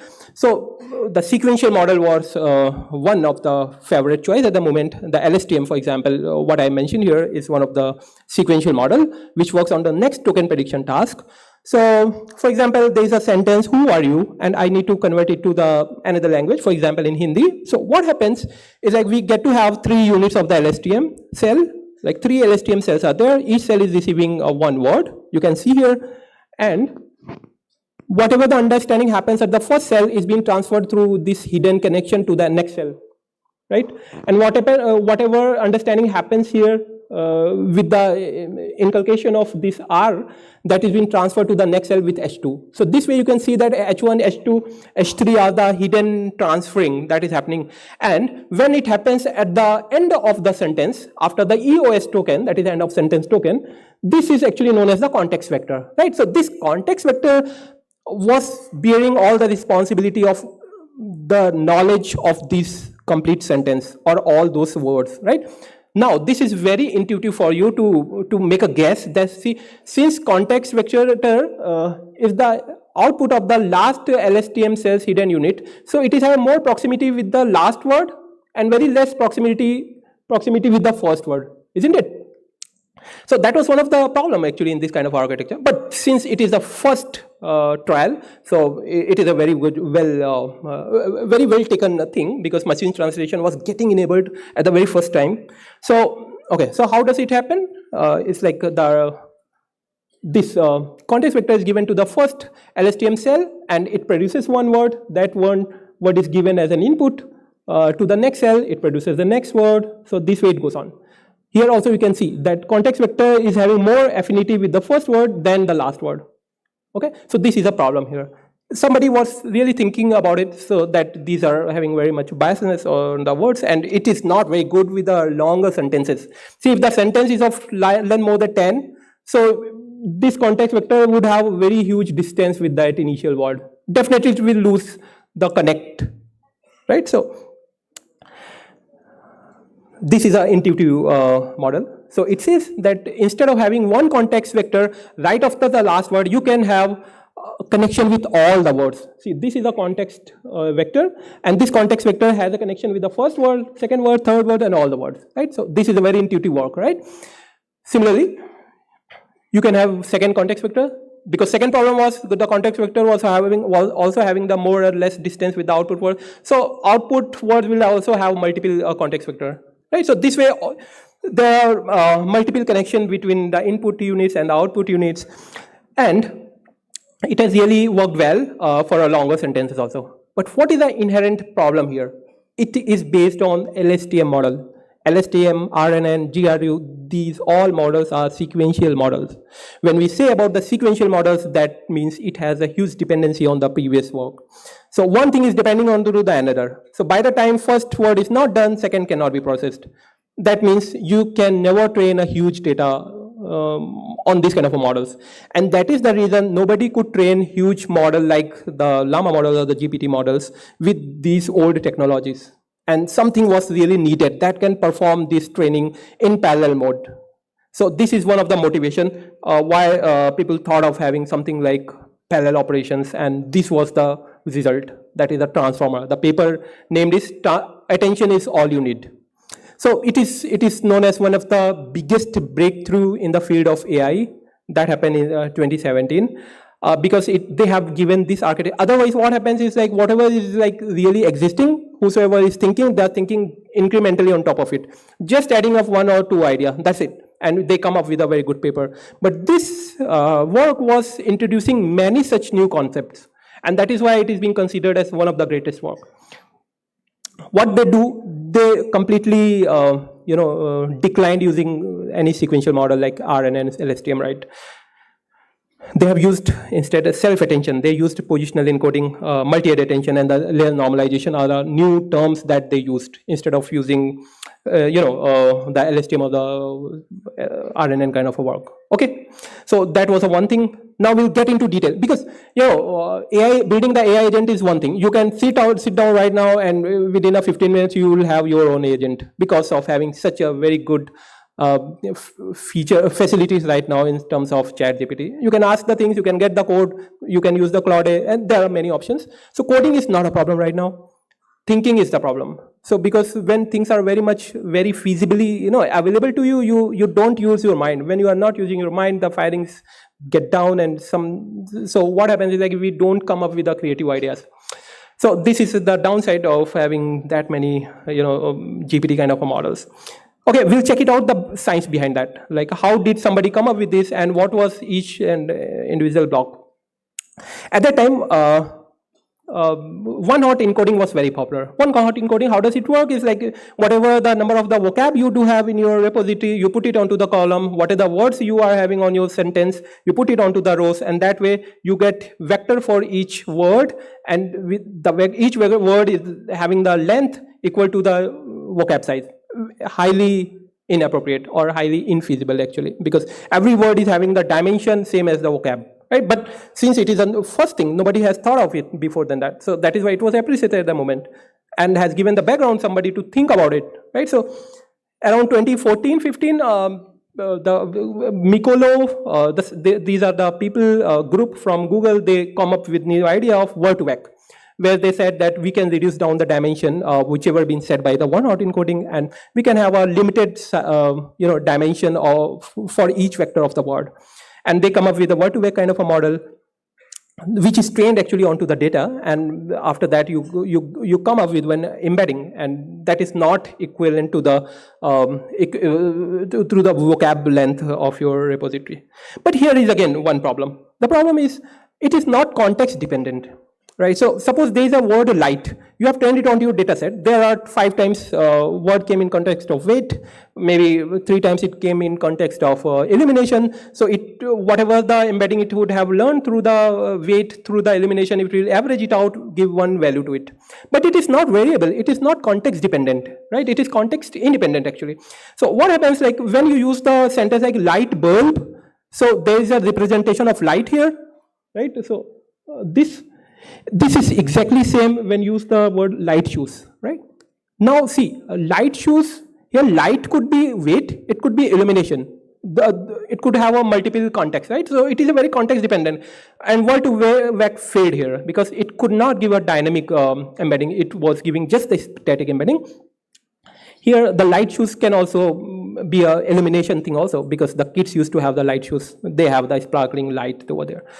So it is, you cannot use the same representation whenever you are using light word in context of weight, in context of shoes. So that is one of the things where it failed. So what do we need? We need something which should be contextual. The representation should come with the sentences or with the paragraph. So when the light is should be used in in context of illumination, it should have the similarity with the illumination. When light is being used in context of weight, it should have a similarity with the weight, right? So see, they are the 2 representation of the same word light. So it should be context dependent, right? So how do we get that? So suppose this is light shoes are exciting for kids. Now you can see light shoes are exciting for kids. There are certain words like kids are coming, excitement are coming. Maybe it is we are talking about illumination things, lightning things, sparkling things. That's why children are getting excitement. So what you do, you get the embedding for all these words. You take the weighted average of all of it, and whatever the weighted average comes, that will be the actually something that will cover, that is covering the entire context, right? So this way, whatever the embedding you get now, that will be context dependent because it has seen everything into the context, right? So this way you give embedding for all the words in the sentences. Let's say you come up with a context 2. The context 2 says light shoes are comfortable for marathon. Here light is very much talking about the weight, right? So again, when comfort is something that you are considering, where marathon is something what you are considering. So systems should understand that we are more concerned with the weight than the illumination. So similarly, whenever the weighted average will be considering of all the nearby words, we'll get the one representation for the light word. So this way now you can see the representation of a light in both the contexts are now different, right? I'm giving a bit detail about it so that you can understand the basis of thought, what would have gone through their mind whenever they were coming up with the idea of something like transformer. So here what we do, like when we say about the weighted average, so weight is what? In terms of the vector calculus, weight is what? It's nothing but just a dot product, right? So it's a dot product of 2 words. Who are 2 words? So first word would be light. This is a light whose embedding we are trying to find. So we take a dot product of all the existing words with it. For example, in this sentence, you take a dot product with the light, embedding of light. You take a dot product of light with the shoes, with R, comfortable, and the marathon, right? You take the dot product for all of it. This way you get the affinity or the proximity with that. So this is the dot product actually. And that is why when you read transformer, you get 3 words here. One is query, one is a key, and one is a value. So this is actually fundamental, like how does these 3 keywords come from? Okay, so what you do next is like you take the softmax of this. Why softmax? Because neural networks do not work with the scalar things very well or the discrete things very well. They work with the continuous data. So you need to have the probability distribution. You take a softmax function, you get a very good distribution, and now you can simply have a multiplication with whatever the initial embeddings you are having. Right? So this way, you got the context dependent embedding for the word light, right? Now, the problem here is 3, you can see each word, like suppose light was having 3 representation in terms of key, in terms of value, in terms of query, right? All of them were having the similar things, similar representation. But what do we need? We want to have something that should be data dependent, and key, query, and value, they are having different applications, so it should come up with the data itself, right? So That's why they suggested that instead of using the approach what I just mentioned, instead of that, you can have 3, for example, if the embedding is of 3 size, then 3 cross 3 weight embedding you can have, and you can multiply with that. This way you'll get WQ, WK, WV, other 3 things that you learned with the data. And this way you get a very good embedding for the light, which is very, very data dependent. One thing which is very context dependent. Now, this embedding also, which seems to be very complex, I've been considering all the aspects, still it fails. It fails in the sentences where you say, he hits the mechanic with the hammer. Now, the question is, whether the hammer was with the mechanic or mechanic was hit with the hammer, was used as a tool. There are multiple perspectives, right? So that is why they propose that instead of using single head attention, you must use multi-head attention. So multiple contexts can be covered up in just one go, right? So head 1, head 2, and so on up to hand n. Okay. Now the next question is like whenever multiple contexts would be multiple attention will be used, then accordingly your dimension of the query key and value will also increase. So they said no. What you can do, you can have a simple trainable parameter, and that way you can encode it. Right, so W is there. You can set the value of the W, and you can get back the same dimension, whatever the initially you were having here. Right, so this is not increasing the dimensions. Without increasing any more computation, you can get the same vector. So this was about how transformer actually considered the embedding. Next is position encoding. This is extremely important in this transformer architecture. Why? Because before than that, everybody was using sequential models. When you are using sequential models, then model knows whosoever is coming first, they are first, whosoever coming second, they are second, because they are sequential. And transformer model is a parallel, is considering all the operations in parallel. When things are in parallel, now it has to place, suppose the sentence is, we are attending a conference, R is coming at second position, conference attending is coming at third position. Since everything is being processed parallelly, now there will be a problem where to keep one. Right? It may place them in the random order. So that is why it becomes important to have the encoding of their position. This is one of the biggest issue because for encoding, these are the problems we have to take care of. We cannot use the unbounded number like 1, 2, 3, 4, 5. This kind of value, suppose you give, and you are about to train a Wikipedia text, maybe of 1,000 or maybe millions of the words. So last word will have a encoding value is 1 million. Automatically neural network will start giving more weightage to that last word, right? So this we don't want. We don't want the unbounded number. Second, we cannot use the discrete number because neural network doesn't work with the discrete number well. It wants the continuous. The third condition is it cannot capture the relative position. Suppose one is placed at third and the second one is placed at 10. You can say there are 10 minus 3, there are 7. But what? Neural network doesn't understand 7. It can place enormous number of the words between 10 and 3 because it is working into the continuous domain, right? So these are the conditions has to be followed. So they said that it should be bounded, continuous, and the periodic. So what is a function that fulfills all? It's definitely the trigonometric sinusoidal function. You can have a sine function. Sine is like this is bounded, continuous, and the periodic. But what is the problem? Problem is suppose some word which is present at location position 1 will have an encoding sine 1. The another one whichever is present at this point 5, it is having sine 5. So 1 and 5 both are having the same value, right? So again system will get confused like where are present what. So they said okay, so this is a way that you can, this is the embedding of the word. Suppose v is the word, so this is the embedding of it, and sine 1, that is y1 is nothing but sine 1 is the embedding for it. So this way you can have the encoding embedded along with their embedding, but this is not good. Why? Because having collisions. So they said that instead of using just sine, you could have used the cos also. So whenever you are calculating the embedding, you can have like three-dimensional embedding. Along with that, you can have y11, y12. y11 is nothing but sine 1, y12 is nothing but cos 1. Sine 1 and cos 1 both are taken here. So this way it has reduced down the possibility of collision, but again see, there are the possibility like these are the points, right? So, okay, so that means something more should have been done. What is next? You could have used more sine and a cot function with a reduced frequency, right? So like there, in this case, if you see here, y11, y12, y13, y14, like sin x, cos x, sin x by 2, cos x by 2. So 4 values you have added. You just assume, just trying to imagine yourself solving this problem, how difficult it is just to encode one word, just to give the position of each word whenever you are training that on a large corpus, how difficult it becomes. Since this way is like appending the more dimensions was extending the exercise, so they said that instead of having those appended, you could have added them. Then also it works well. So point to point at points is got added with y11, y12, y13. This way the dimensions were controlled. Okay, so that is a one way.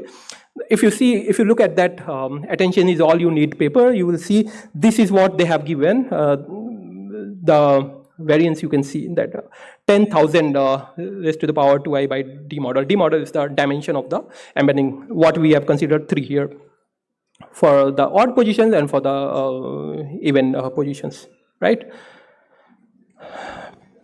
So this was the one thing what was initially given by the people who invented the transformer. The next, when Meta AI used it, instead of using their way, they proposed a new methodology that is ROPE, rotary positional encoding. In the Llama model, they have used this cos theta minus sin theta cos theta. Whenever the initial words are to be given, they divided them into multiple pairs. Those pairs got multiplied with that. So this way you can imagine that there is a circle and 2 words, whichever are nearby, are placed at the perimeter of the circle with a difference in terms of the theta.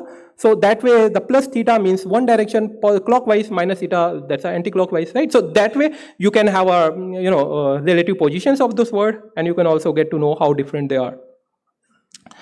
So that is the one thing. The another thing, what was introduced by transformer paper was the layer normalization. So this is a new way of layer normalization. Otherwise, everybody was using what the first dimension of each word, and you can calculate the mean and the deviation from there, and that way people were calculating. But they advised that no, you should you can consider it into the horizontal manner also. This is one of the propositions with that for them, and.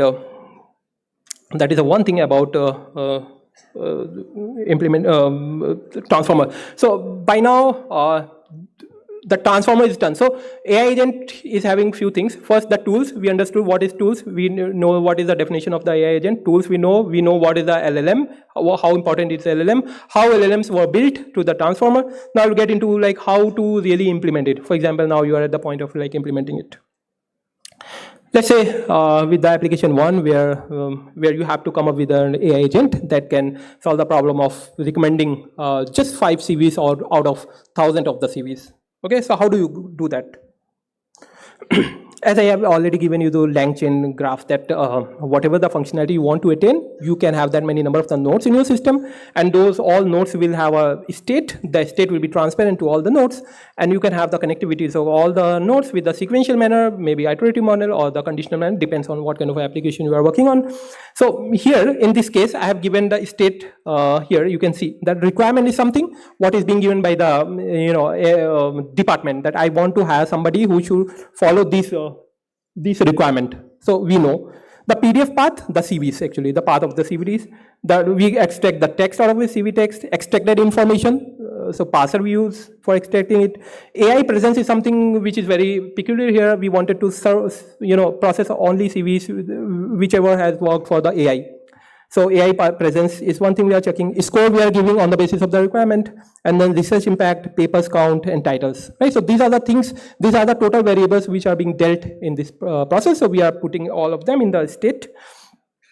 So what is the first functionality you want to attain? That is a read PDF. Right. So read PDF is one node, and you have a corresponding function here. The second thing is you want to extract the information. It comes into the node 2, and there is a function for it. Right. One point to mention is that state will be visible to all those nodes. The second thing is you want to check AI, whether AI is present. You have a function for that. You fill up the node 3.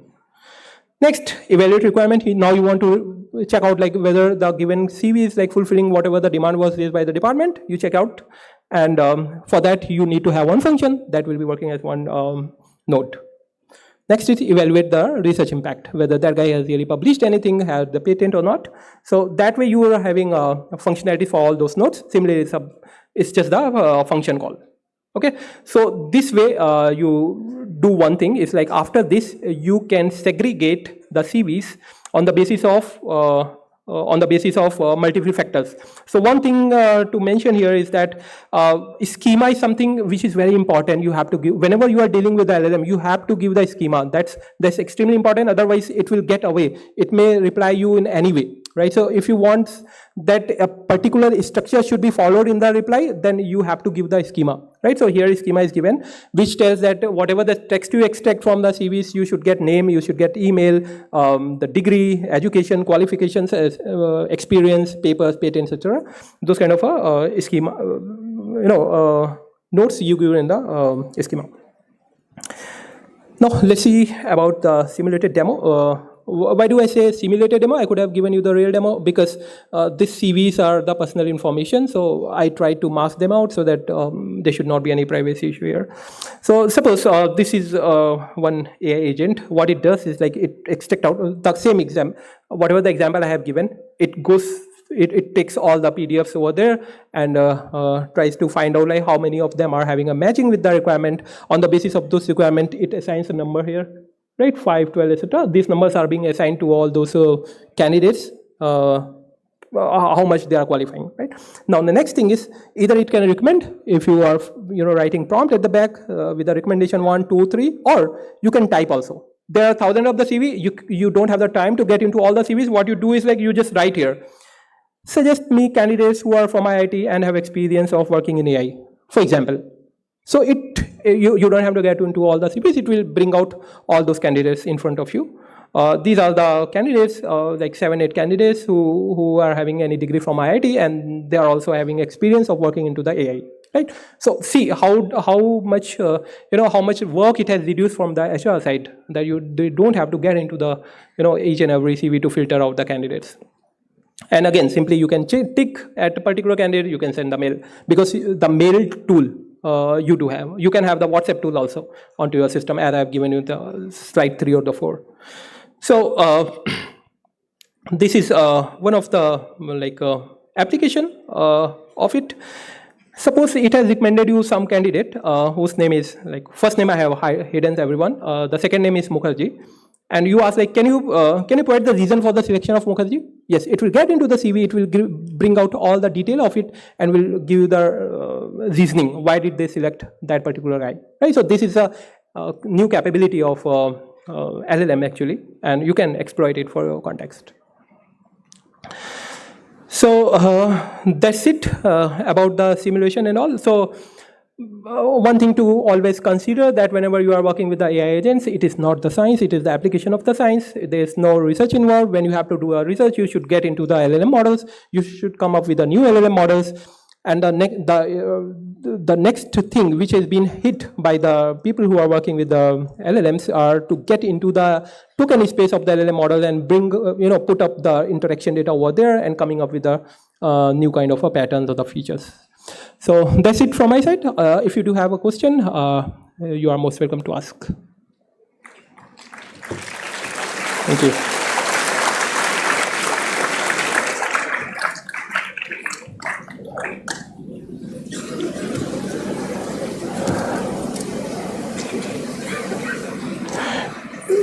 Okay, I think don't have the questions, so we can wrap up it here now. Thank you so much.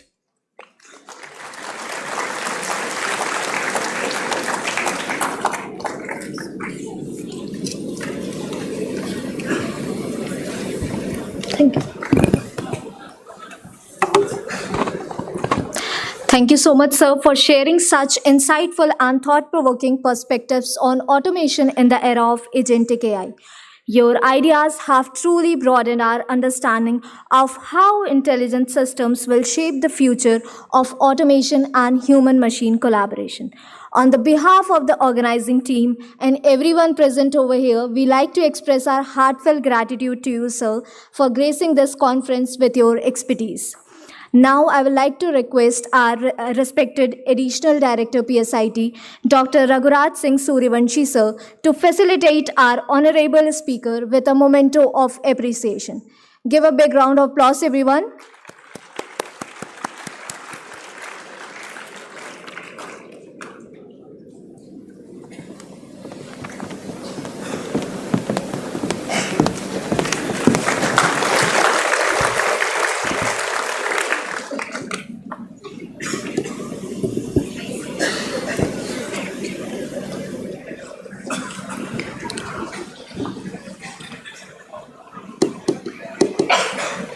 Thank you, sir. A phenomenal start to the EACE 2025. Let's have one more huge round of applause for our distinguished keynote speakers.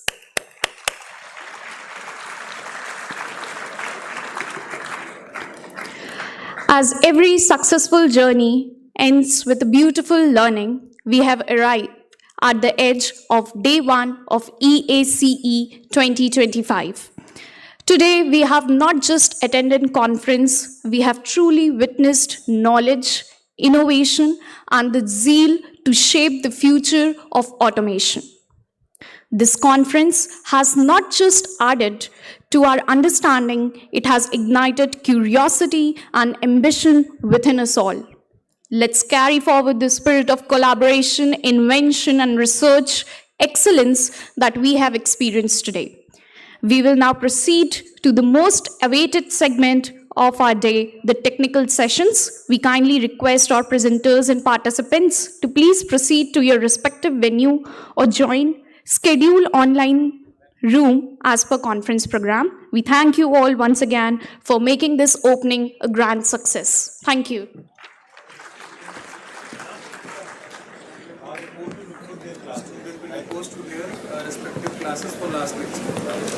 Students are requested to please report to their respective classes. Thank you.